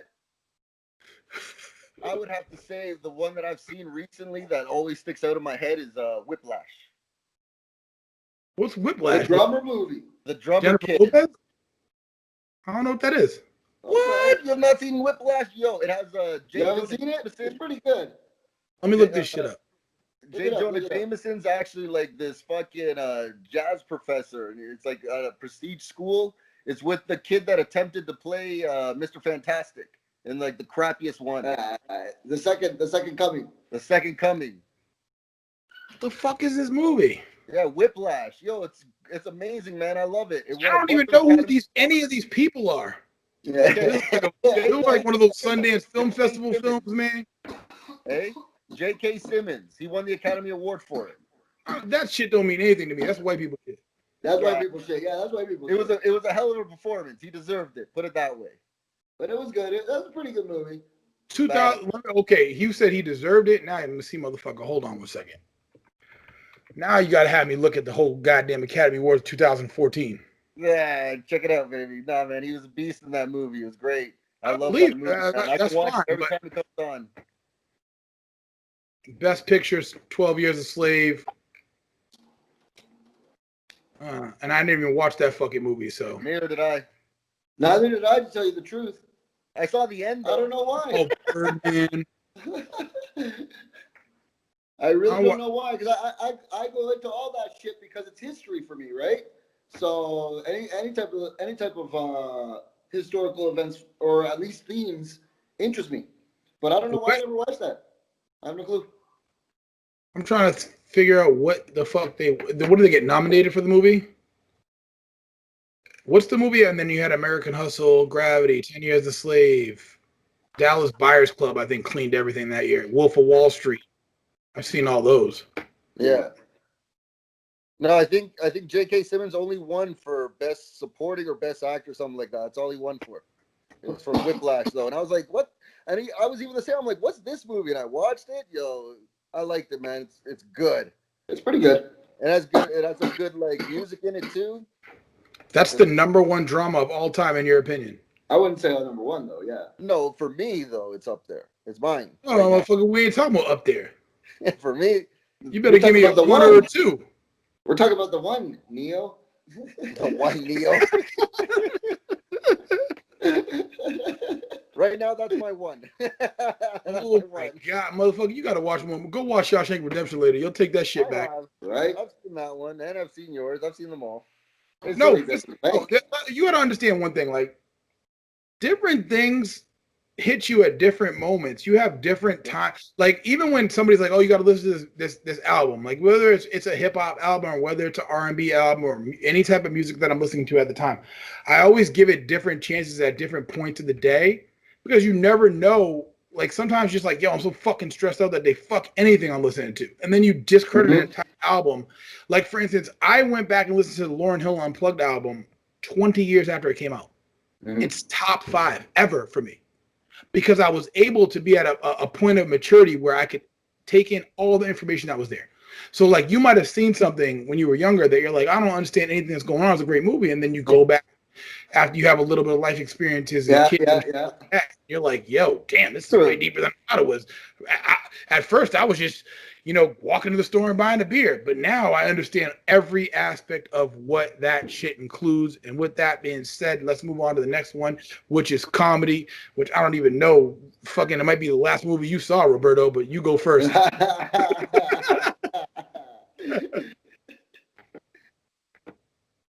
I would have to say, is it? Yo. Oh shit! This is right, bad, boy. Right now, I'm up there with. Yo, I'm trying to think of it right now, and I've only one name's coming into my mind, and that's fucking Dumb and Dumber #1, man. I love that movie so much. Okay. I died with that movie. It's not that bad. It's not like you fucking Annie or some shit. What you got, Renee? Fuck, man. Let me think. You had that whole time to think. I know. I'm trying. It's just there's so many good comedies. You could name fucking 4. You can name 5. There's no fucking rules. Oh, see, we're thinking about the one. What's up? All right. Let's go. We're thinking out fucking loud. It doesn't matter. Like, you could fucking name 7. Just don't name, fucking Whiplash. Whiplash is the shit. What? You know what? Honestly, give it a chance. Like I give your Rambo. I'm gonna watch that shit tomorrow, unquestionably. Definitely, it's not bad. It's not bad. You'll watch it once. It's good enough to watch once. It's better than that. Anyways, I'd probably have to say Friday, dog. Okay, that's not bad. Yeah. I mean, Friday. It's funny because we were talking about this last episode, and I think what is known as the #1 comedy in the United States is Caddyshack, which to me is fucking vastly overrated and terrible. For me, it's Rush Hour 2. I also like Rush Hour 2 is the funniest movie for me, like from beginning to end. I love Friday as well. Whiplash, get out of here with your Rush Hour 2 guy. Rush Hour 2, baby. Friday After Next is also funnier than Friday to me. Friday is a better movie, but Friday After Next is just straight comedy the whole way. I don't even think it was scripted. I guess like do whatever you want. Oh God, no. No, there's no way, guys. That original Friday, like people quote it to this day more than any other Friday for me. I quote it to this day every day. Every day I have like 7 quotes. Okay, but once again, coming to America. Coming to America is Pineapple Express. Coming to America has aged so well. It doesn't matter that it's 80s comedy. It's still funny as hell. That's true. They're about to make a new one. They're about to make a part 2. Yeah, I know. It's the guy, isn't it the guy from Blackish and isn't it him? It's a lot. It's Eddie Murphy. They're adding Kevin Hart to the shit. Fucking, I don't know. I saw them on Tyler Perry's set, so they're filming the shit right now. So I imagine it's gonna be dope. But I mean, Coming to America for the culture is just fucking amazing. Like I said, my number one is Rush Hour 2. And if you're doubting that, Roberto, watch that shit again because it is funny for me. I have the whole movie memorized. I know Rush Hour 2. I've seen it millions of times. We had it. Me and my brother, when we had no cable, had it on VHS. We watched it every day. It's not even a top 10 for me. I watched it every day. You know what? Now I want. What would you say was your number one again? Dumb and Dumber. Joe, God damn it! Give me three more. All right, give me three more. Yeah, because Dumb and Dumber is good, and you know it. Dumb and Dumber is good. I love Dumb and Dumber. Love But it. once again, Dumb and Dumber was a movie that entered when I was a kid enough to enjoy that kid level comedy, that fart good. comedy, to where now I might not see as much. It's not smart enough. Yes. I'm sorry. NBA update. Raptors 104. Celtics 103. Series is 2-1. Okay, I'm done. Great. The number 2 seed won a game, everybody. It's all right, man. The Sorry Kings about on tomorrow. that. Everybody Sorry can calm about down. All right. Okay. What's another comedy I can watch all the time? Fucking. I would have to. Oh, Snatch. Love Snatch. That was just. Isn't a fucking comedy? Oh, That's not a comedy, though. what? That's Guy enough. Ritchie- I Guy think it's Ritchie overrated movies as shit, are by the not way. comedies. Nah, well, I guess it can be seen as another, but for me, it's always been like a comedy first over anything It else. has comedy in it, but it's This is not what a happens. Listen, this is what happens when you smoke weed and you go into movies. You just start making shit up. So listen, funny story about Snatch, right? I'm downtown. I'm working security downtown in Florida. Some dude walks up. He's like, listen, I got a fucking problem with the guy downstairs, and it's a smaller guy, right? I'm like, what the fuck is going on? So I come downstairs. I'm like, yo, what's going on? He's like, I gotta get upstairs. I'm like, why the fuck you gotta get upstairs? He's like, because my boys are upstairs. I'm like, but you're too fucked up to go upstairs. You're not going anywhere. So he gets mad. He's like, yo, I used to be a boxer. And I'm like, dude, whatever. I'm like laughing, like, whatever. I just knock him down. So finally, I just get mad. I go, look, motherfucker, I get off at 3. I come downstairs and walk across the street. We could fight. I win. I lose. I don't fucking care. But you're not coming up tonight. So he's like, but my boys got cocaine upstairs. And I'm like, motherfucker, this is Florida. He gets to somebody else that works there, and I know the dude that he's talking to, and the dude meets up with him, gives him cocaine, right? Yeah. So when the dude gets up with him to give him the drugs, he goes, you know, I know Vinny Jones, or whatever the fuck, the dude from Snatch. Yeah.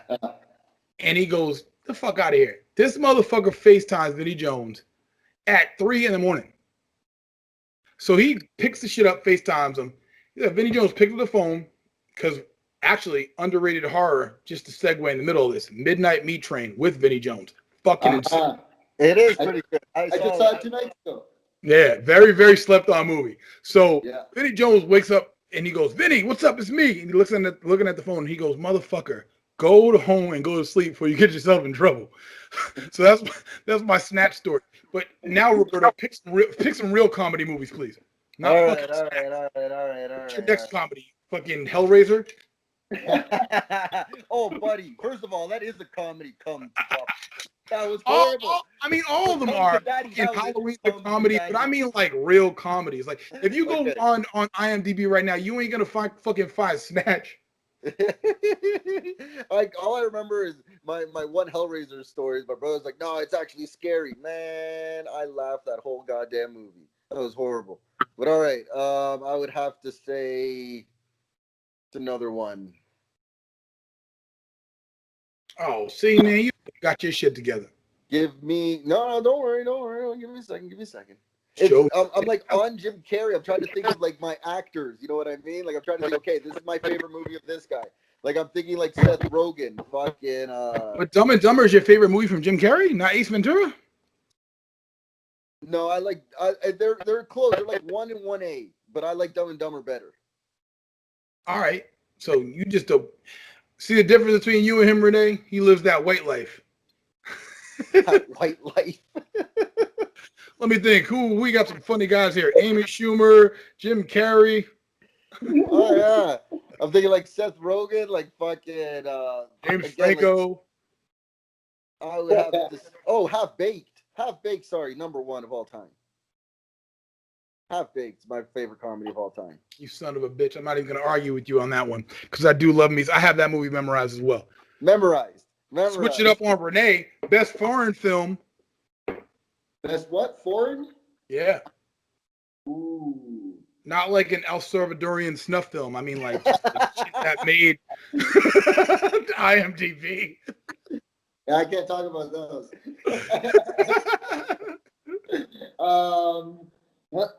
Let's see. Ooh. Probably. I don't know if this is considered foreign, but it had absolutely almost no Americans in it. Schindler's List. No, that's not fucking foreign. It's Steven Spielberg. Fuck out of here. Here, While Renee thinks, Roberto, what you got? I already got it. And then the funny thing is my brother's going to hate me for this. City of God, son. Yeah, that's not a bad movie. Oh, my God, yes. Sorry. What you got, Rick? Yeah, it's City of God. Think so? Damn sure. Damn sure. You said City of God's a great movie. I mean, Salam Bombay, great movie. La Femme Nikita, great movie. The originals. For me, it's I Saw the Devil. If you haven't seen it, What was that? I Saw the Devil. The Chinese one. It's a Korean foreign film. All right, Korean, yeah. And it is. Yo, Raven, that's the one you got me to watch, isn't it? Yeah. I never know what I suggest shit all the time, and people say they're gonna watch it and they don't. So I don't know if you watched it, or if you didn't watch it. I mean, City of God is award winning, as is Slumdog Millionaire. That movie's fucking great. Is that the one? Is that the one where the chick dies in the car? Yes. And, the detective comes. Yes. Yeah. Oh my God! Yeah. Yeah, that one's crazy. A madman movie, man. Holy crap! Yeah, that one's crazy. I saw that one too. Roberto, you said you didn't like Slumdog? Nice. No.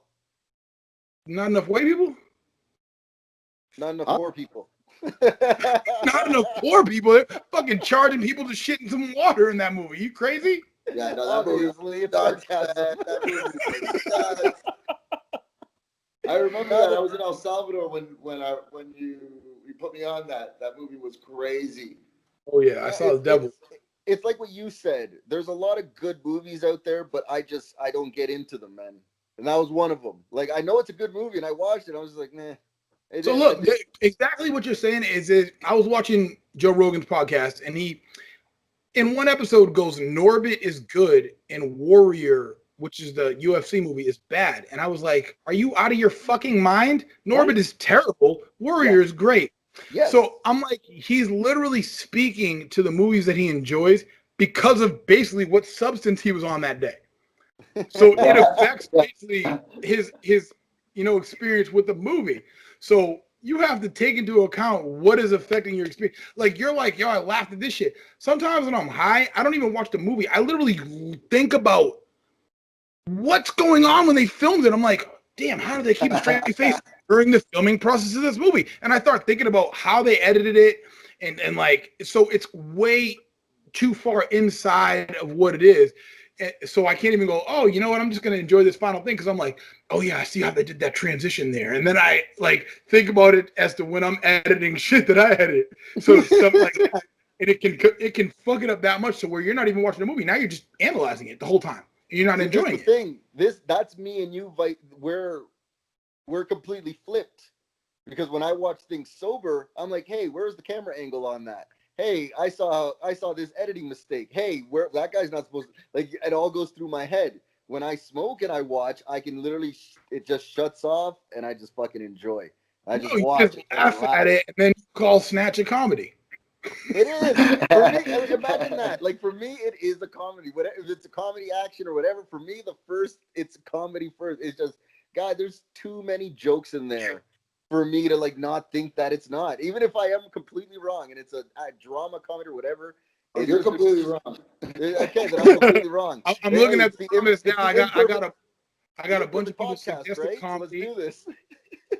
For sure. I got a bunch of people suggesting foreign films that I haven't seen. So I got to watch Whiplash. I got to watch, I don't know what Growing Up Smith is, Lorenzo. Y'all heard of that? Growing Up Smith? Never heard of that. Let me check that shit out. Yeah. I've never heard of that one. Not at all. Like another, what?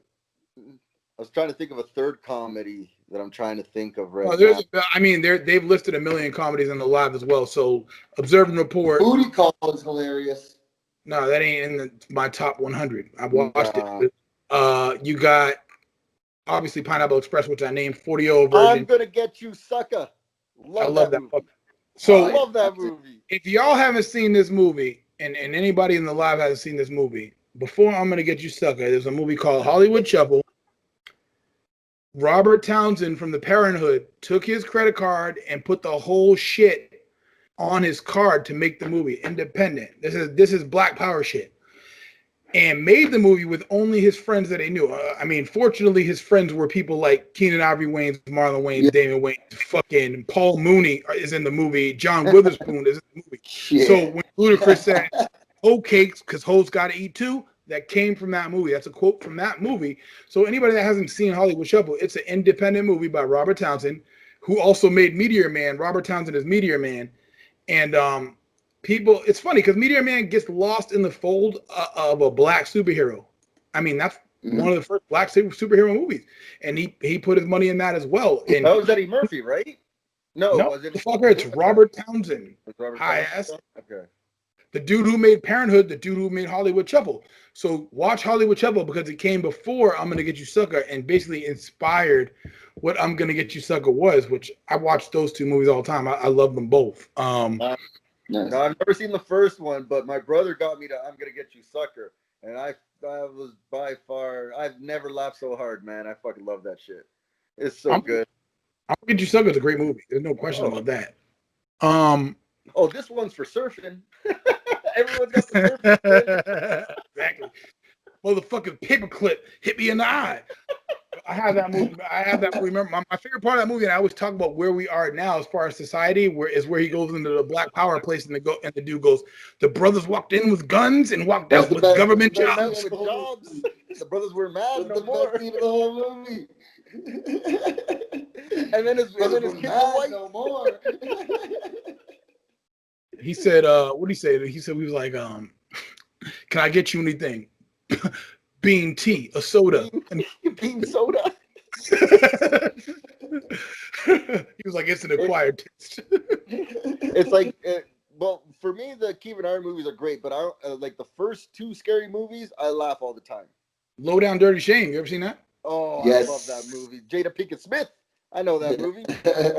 I love that fucking movie. So outside of the movie thing, Renee, Bruce Yes, Lee sir. ain't shit. Yo. Why do you think Bruce Lee You can can't beat even John Jones in a fight? See, people like you really upset me. That can't appreciate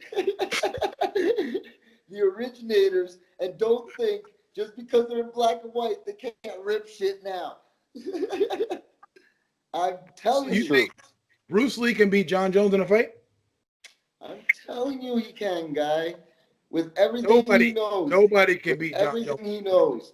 I'm not saying he's gonna whip his ass and shit and not get hit, but I'm telling you, in a street fight, no, he can't. What kind of But fight can he in beat?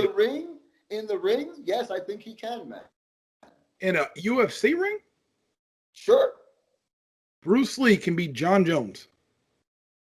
sure, yeah. Who has Bruce Lee beat?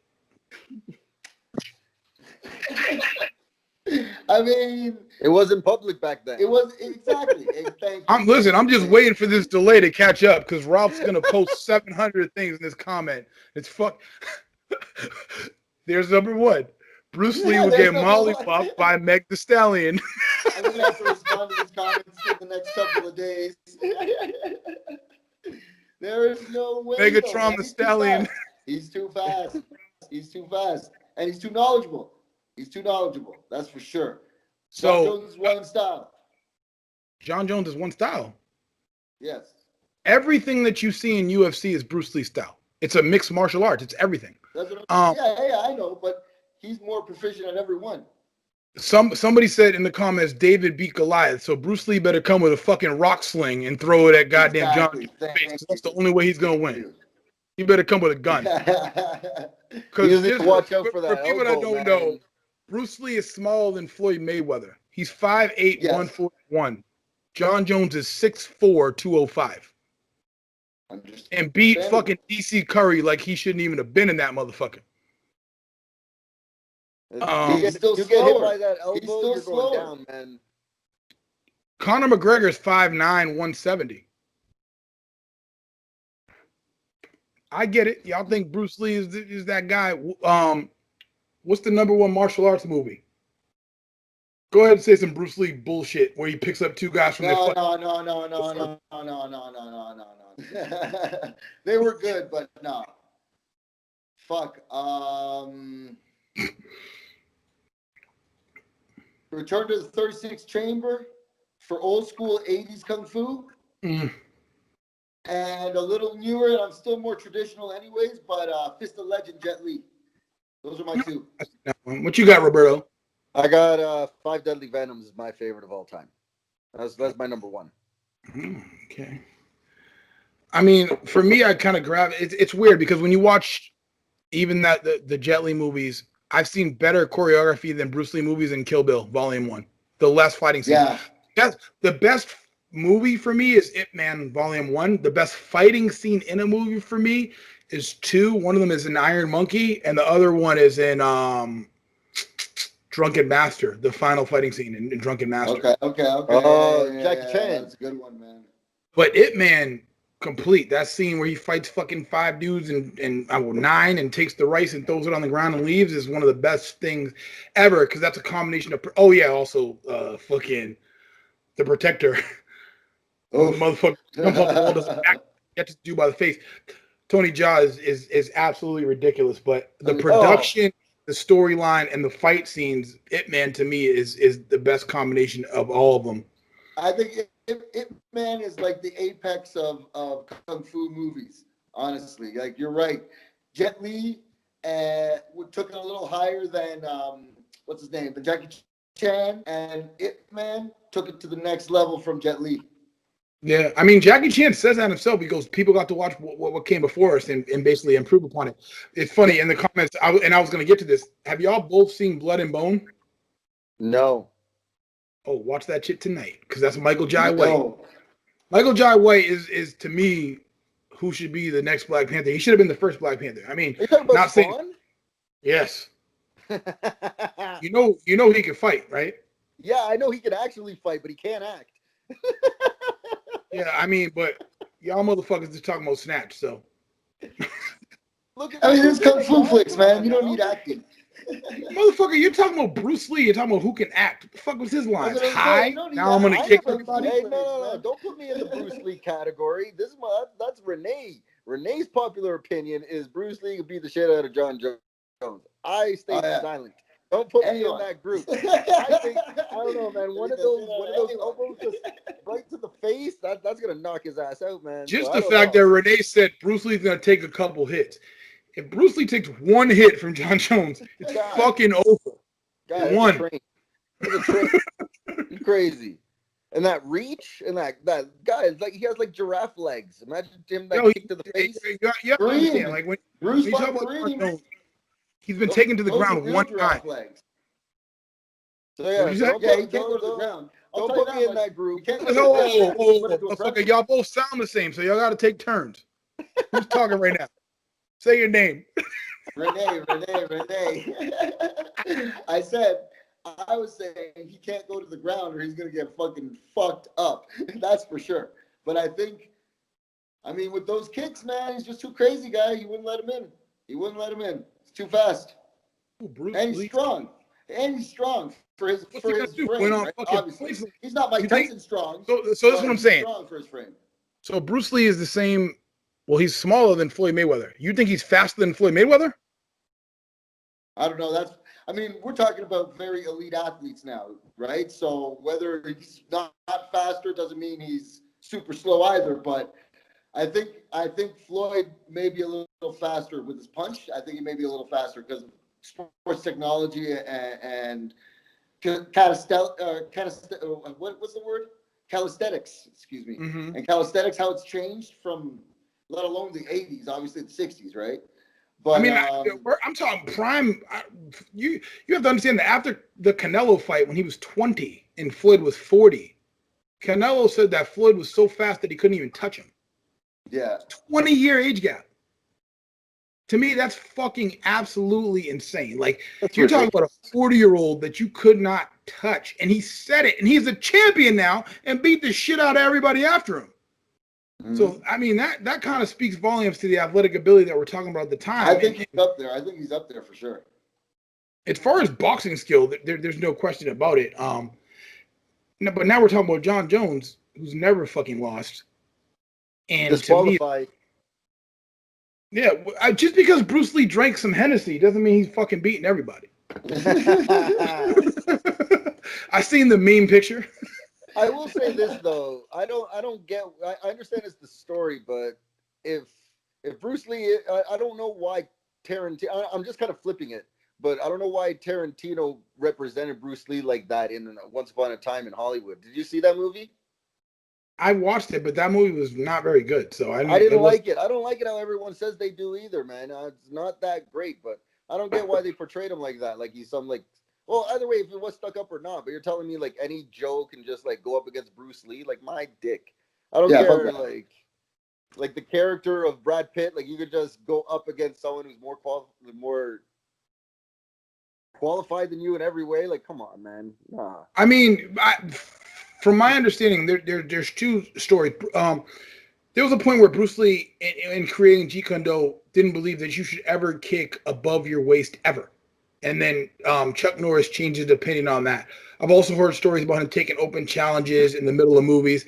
But with that being said, I've heard stories of Houdini saying that anybody could punch him in the stomach at any given fucking time. And that's how he ended up dying, because somebody hit him so hard that he ended up getting an ulcer and died from it. So, I mean, when you mix these myths and you create these videos like Bruce Lee's playing, ping pong with nunchucks, which is just not true, but people believe it.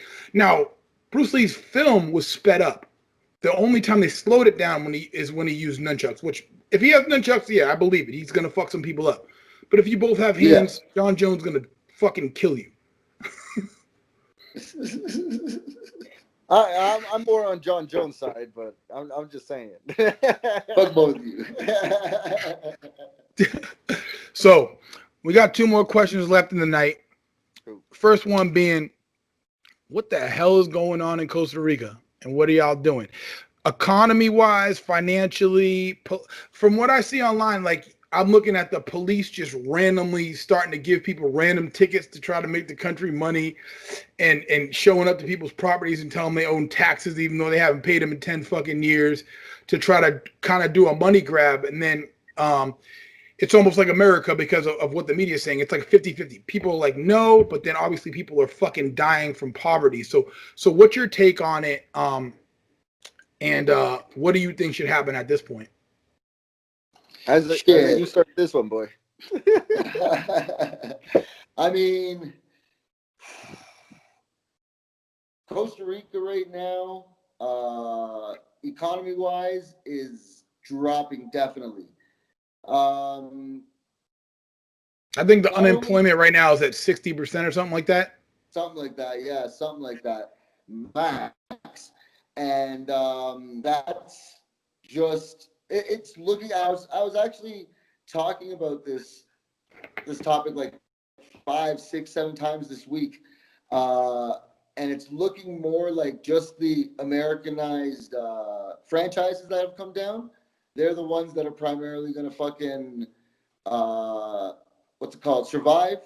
They're the ones that are primarily going to make money, and what it's looking like is some of this middle class that makes Costa Rica so great in Central America is going to get smaller. Mm-hmm.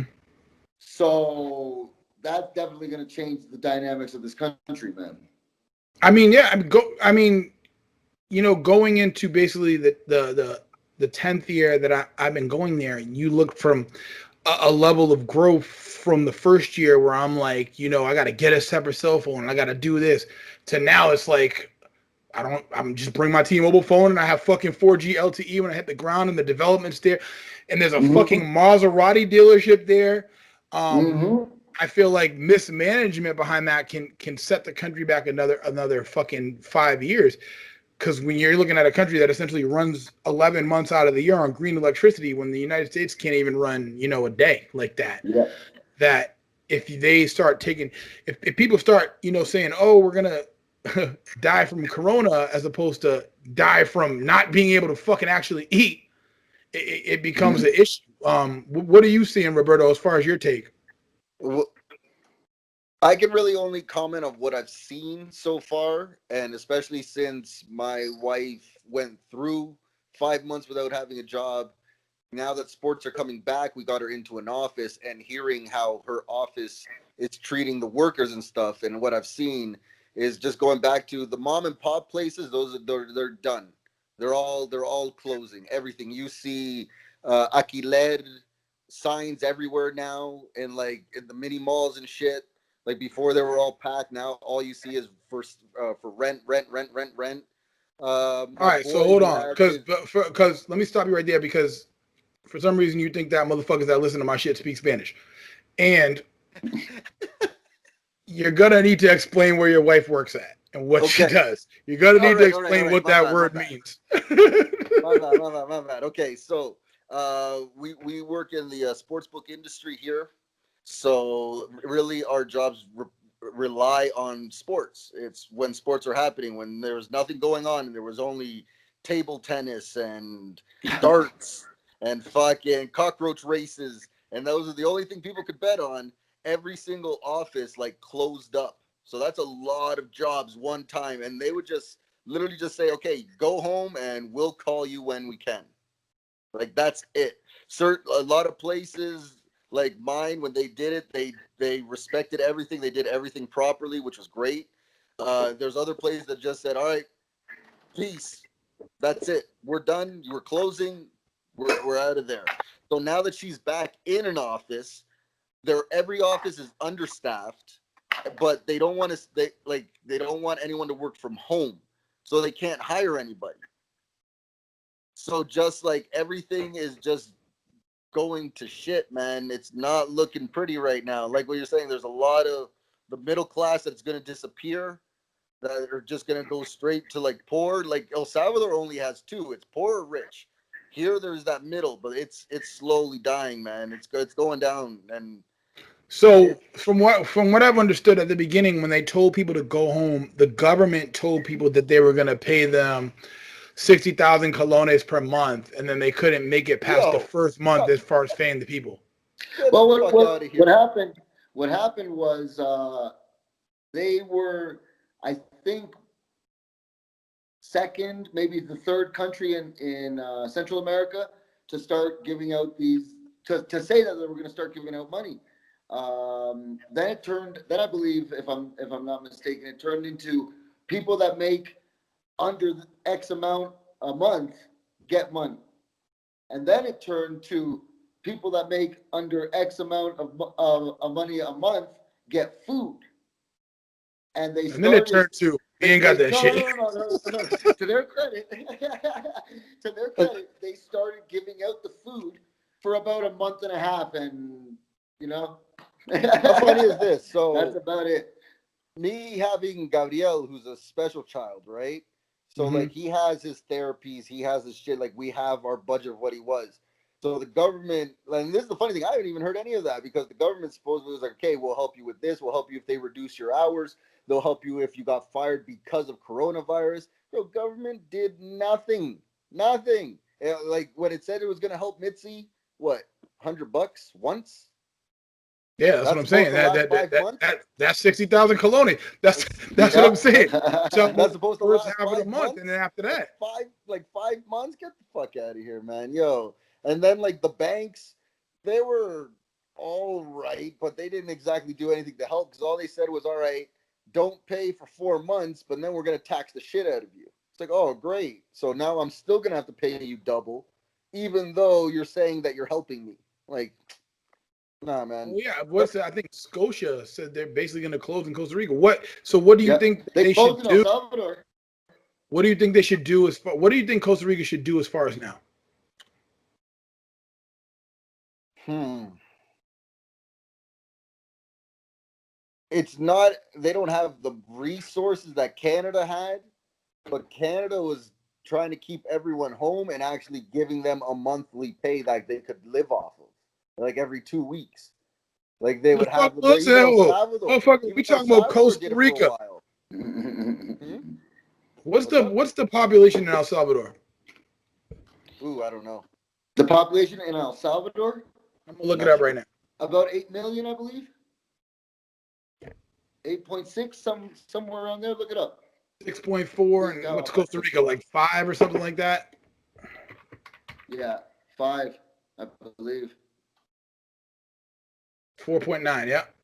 Like there's a lot of my friends that lost jobs because of coronavirus up there, but they're not dying. It's not they're not exactly spending a shitload of money, you know what I mean? But they're getting taken care of. I Mitzi's friends, Mitzi's sister who lives more in the projects area, I'll say it nicely, of Costa Rica and stuff, who is supposedly gonna get help. They didn't get shit either, man. They just say that's why I said they're like they're the Swedes, man. They're Swiss. They're saying they're helping. They're saying they're doing this. Nothing's happening. Nothing. The Swedes, though, are actually Or doing the Swiss. that. The Swiss. The Swiss. Sorry, the They Swiss. actually have that. In Sweden, they're actually fully open. They actually didn't fucking close, and they're back open fully. They had a Yeah. lot of death for a while, but now, I mean, you're when you're talking about Sweden, compare that more I, to what you had in Canada, not what you're looking at in Costa Rica. yes, but See, I meant to say the exactly, Swedes and exactly. more, and not like the people or the country, but more in the sense of they just act like nothing's going, like nothing's wrong is happening here. Like they Yeah, have like it under the control. dog on fire meme. Everything's fine. What were you gonna say, Exactly. Renee? Costa Rica right now is in a double-edged sword situation, and either way, it's going to get fucking cut, man. Without the vaccine, realistically, it would be irresponsible to open everything to help out the economy. You know what I mean? Because not everyone is going to be as hygienic or whatever, or take the necessary precautions to not spread it around. And if they keep everything closed, like I told you, that middle class is going to get affected, and realistically, they're going to lose out on a lot, man. And But you're, I mean, what's going to really have to happen is the people that have money well, it'll never happen, but the people that have money would need to reinvest in the commercial fucking industry to get this back up. Or the banks would need to fucking invest in terms of loans to get that back up. oh yeah, what it's going to turn into, obviously, is what it always turns into, is asking China for money. Yeah, pretty much. I mean, you keep saying the middle class, forgetting about the lower than middle class that can't even eat. And They can't I eat right think now, exactly. at the end of the day, if you're not making money, you're not really going to be scared of coronavirus when you're going to die from starvation. Yeah, Isn't yeah. it true that more people have died from starvation than coronavirus right now? Like In the being history of during the the world, epidemic? yes. In the In the United world, States, yeah. heart disease is the number one killer of men. But because of the way that the numbers are being processed now, it's very hard to look into it. With Costa Rica in general, and this will kind of lead us to our last question of the night. It's funny because at the beginning of the shit, everybody's like, oh, we only have 7 cases. We're going to close our doors, blah, blah, blah. And then we'll just blame it on the Nicaraguans. But in Yeah. actuality, it's some shit that, anybody. I was like, what do you mean you have 16 cases? It's fucking. There was like 700 Chinese people in line when I was there for immigration. So I know if this really does have anything to do with China, like you guys have it, you're just not testing for it. And then Yeah. obviously when they tested, they started to freak out more, even though you guys have like probably top 5 lowest death rate in the fucking world.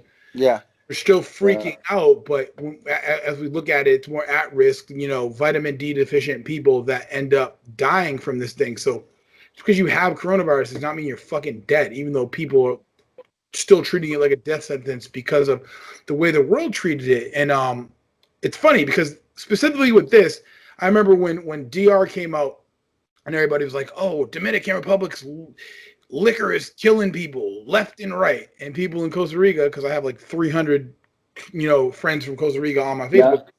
Oh, DR's crazy, and I said, look at the numbers. It's fucking 15 people, and they average 15 people a year when it comes to that type of shit. And they have 10 million people in DR, and Costa Rica has We just looked at it, 4.9, 4.9. 4.9. And then, fast forward a couple months. Oh, shit. 21 people died of liquor in Costa Rica. Yeah. One lady came up to me one time and she said, I had a necklace on that I got from Colombia. She was like, that's a nice necklace. Where'd you get that? And I was like, Colombia. And she was like, yeah, you can't get anything like that in America. Oh my God. It happened this fast. She goes, oh yeah, you can't get anything like that in America. Oh my God. Did you hear about the lady in Costa Rica? And I was like, who? The lady that died in the Airbnb? She was like, yes. I was like, yeah, I heard about it. But I live in Florida where a lady 2 streets away from me buried a fucking alive kid behind a goddamn rec center. So the logic behind kind of what we see on the media and everything has a very big effect on people. And it's almost like now you have a lot of white moderates here that go, oh, I can't travel because you'll die. But then they'll go, oh, coronavirus is fake. I don't think coronavirus is fake. It's killed, hundreds of thousands of fucking people. That's a lot more than 15. So if you're scared to go to DR because 15 people died, but you're not scared of coronavirus, that doesn't make much fucking sense. Me, I'm not scared of either. So that's not a problem for me. But after coronavirus started, is that liquor shit even a thing there, or was it ever a No, thing? I've heard nothing. I mean, me and my brother were in Toronto for the SARS epidemic, and even those numbers are, I mean, not laughable, right? But even those numbers are very, very low. And SARS, I believe, still has killed more people than this virus has. Yeah, I was working at one of the top 5 hospitals in the world when H1N1 happened, and I didn't even know that those numbers were that high. Yeah. Like we're at a point where we're creating an issue that I don't think people realize the emotional and psychological toll that this is going to take on people for years to come, to where you think forever you're going to have to wear a mask, to where you think we already had a problem with communication, and now you just got a mask and people don't want to talk to each other because you think you're going to be coughed on it. And Roberto said at the beginning as to where Costa Ricans aren't really as friendly as they're seen in the articles and shit like that. So now when you add a fucking virus to it, how friendly you think they're gonna be after that? They really ain't gonna say hi to you. Exactly. That 9 is gonna turn to 0. Yeah. And listen, Costa Rica, I'll give them this much, is a very, very, very, very hygienic community. Yes. Very hygienic country. They don't litter, you know what I mean? They've always washed their hands, type of shit. So you put that in with paranoia. You can just imagine how fast that'll escalate. And how quickly the little shit is gonna change. Like right now in McDonald's, they have like a plastic shield in front of you in the teller. And I guarantee just because the vaccine is there, that's not going to leave for the next 5-10 years, maybe. Yeah, I mean, you're right. It's going to get to a point where people, because nobody really knows how to handle this, nobody's going to know when to stop. Yeah. Nobody's going to know when to take the mask off. Nobody's going to know when to take the shield off. Nobody's going to know when to do all that. It's not something that's tangible. We can't see it. We can't smell it. You know what I mean? Like, exactly. When do you know when it's safe at the end of the day? As soon as somebody told me that they had 600 cases in Hong Kong, I knew this fucking shit was the way that they portrayed the numbers were fake. I said, you're going to tell me this shit started in China, but the number 1 population place on the world has 600 cases. Exactly. Everything's being reported. I don't fucking care. You can say whatever you want. Pre-existing conditions, heart disease kills more people than anything in the United States. If you die from heart disease and coronavirus, they mark that shit as coronavirus. That makes no fucking sense. Yep. Obviously, in Costa Rica, it's being marked the correct way, and they're just panicking about it, even though in actuality, I don't even know what their deaths are now. Let me look at it. Mm-hmm. It's even going the other way, where they are trying. Nicaragua, for example, at the beginning, Nicaragua never 1,700 cases of pneumonia and only 2 cases of coronavirus. And mind you, Nicaragua never closed. They never changed anything. Yeah, they didn't But change shit. because Exactly. they didn't, people started to demonize them and go, "Oh, they're building a burial plot out in the desert somewhere to bury their people and make sure nothing." Nicaragua doesn't do major tourism anyway. They don't have the chance. They don't really care about faking this shit for you. You know what I'm saying? Yeah. Yeah. Trying to look for Costa Rica on this fucking list because it's so fucking low down. So 460 deaths out of 4.9 million people. Yeah. Out of 4.9 million people. I think more people died from drug addiction. Oh yeah. That's just an estimate. Estimate. I think more people died from poverty. I think more people died from violence. So at this point, it's like you're going to decimate all the growth from your last 5 years of economy because you've instilled this amount of fear that everybody believed in, and now it's just like marijuana. How the fuck are you gonna back off from this fear that you instilled over this period of time? And obviously, it's not just Costa Rica; it's fucking here too. It's out of control. You know what I love? You know what I love about potheads though? Just because you talk about marijuana and we're talking about this coronavirus guy in Canada. My friend's been talking to me. He's like, yo, there's all these articles that like if you have coronavirus and you smoke, it keeps it at bay. Or if you smoke, it actually gets you more immune to it. Or if you smoke, I'm like, man, we're just looking for excuses to smoke right now. Like, it doesn't sound like. No, I mean it's hilarious. Like I manage a dispensary, so I know a lot about marijuana, and obviously, my wife just wrote a medical marijuana intro book for kids that kind of reverses the stigma in that. Most of the biggest cannabinoids in marijuana that people know about are CBD and THC. Mm-hmm. Because the United States put it on a list where it can't be studied properly, there's hundreds of other cannabinoids in the plant that they haven't studied yet that certainly could do that. And we just don't know. So, I mean, obviously, at this point, nothing's proven, but it's funny to say, hey, you know what I'm saying? I'll be fine. Because my name's Renee, I'm fucking smashed with weed at Ray's Barbecue. I showed it to my wife. She's like, "You're gonna get coronavirus." I'm like, "No, I'm not. Look at this. If I keep smoking, I get immune."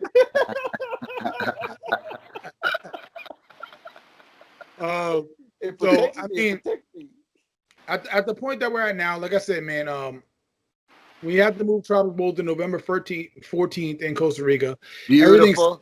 Everything seems to be on track now. Everything as of September 15th, it looks like it's opening back up for like 13 states, Florida not being one of them yet, obviously, because we've been fucking demonized to the earth, even though life has literally been normal, like since the beginning to now. Florida, man. It'd be one thing if I said some shit and I didn't back it up. My daughter's in school. She goes there. Like, we live life accordingly. We don't, play this game. There's a reason my name is my name on Facebook. There's a reason my statuses are my statuses on Facebook. And that's because I want you to know where the successes and the motivation came from. And I want you to know where the failures came from, because we're not perfect. You know what I'm saying? And I don't want you to think I'm perfect. I want you to like the intro to my podcast goes, I want you to succeed with me. I want you to fail with me. And I can be honest, because I'm not worried about any of that shit. And I want to make sure that we grow to that point. And if I'm telling you coronavirus is bullshit at this point, I'm living like it's bullshit. Right. I'm not saying I can't get it. I'm just saying I don't give a fuck if I do. That's it. So before we close the night, if y'all got any questions for me, let me know, because I can give you some unpopular opinions. All right, hey, so Tropic Bowl is coming in September. Who's going to be taking care of the Costa Rica team? It's always Charlie that takes care of the Costa Rica team as far as now. Okay, perfect. And if you want to be part of it, you can, but the problem is that no, there's nobody as far as there that has been more consistent than him. And then after that comes Paulo, and then after that comes Lenny. They both are there all the time. They both put in crazy time all the time. as far as what goes on in Costa Rica in the offseason, people get mad about stuff when it comes to semi-pro pro football and shit like that we see all the time here. But they think it's something Most new definitely. there. Like people are like, oh, they're gonna tax us for watching Netflix. Yeah, because they don't really have taxes on a lot of shit other than imports. Here they fucking tax everything. But it's just ingrained in our minds, so people don't get blamed. Like if airports took a baggage fee and just put it in the fucking price of the ticket, nobody would ever complain again. No one would give a shit, right?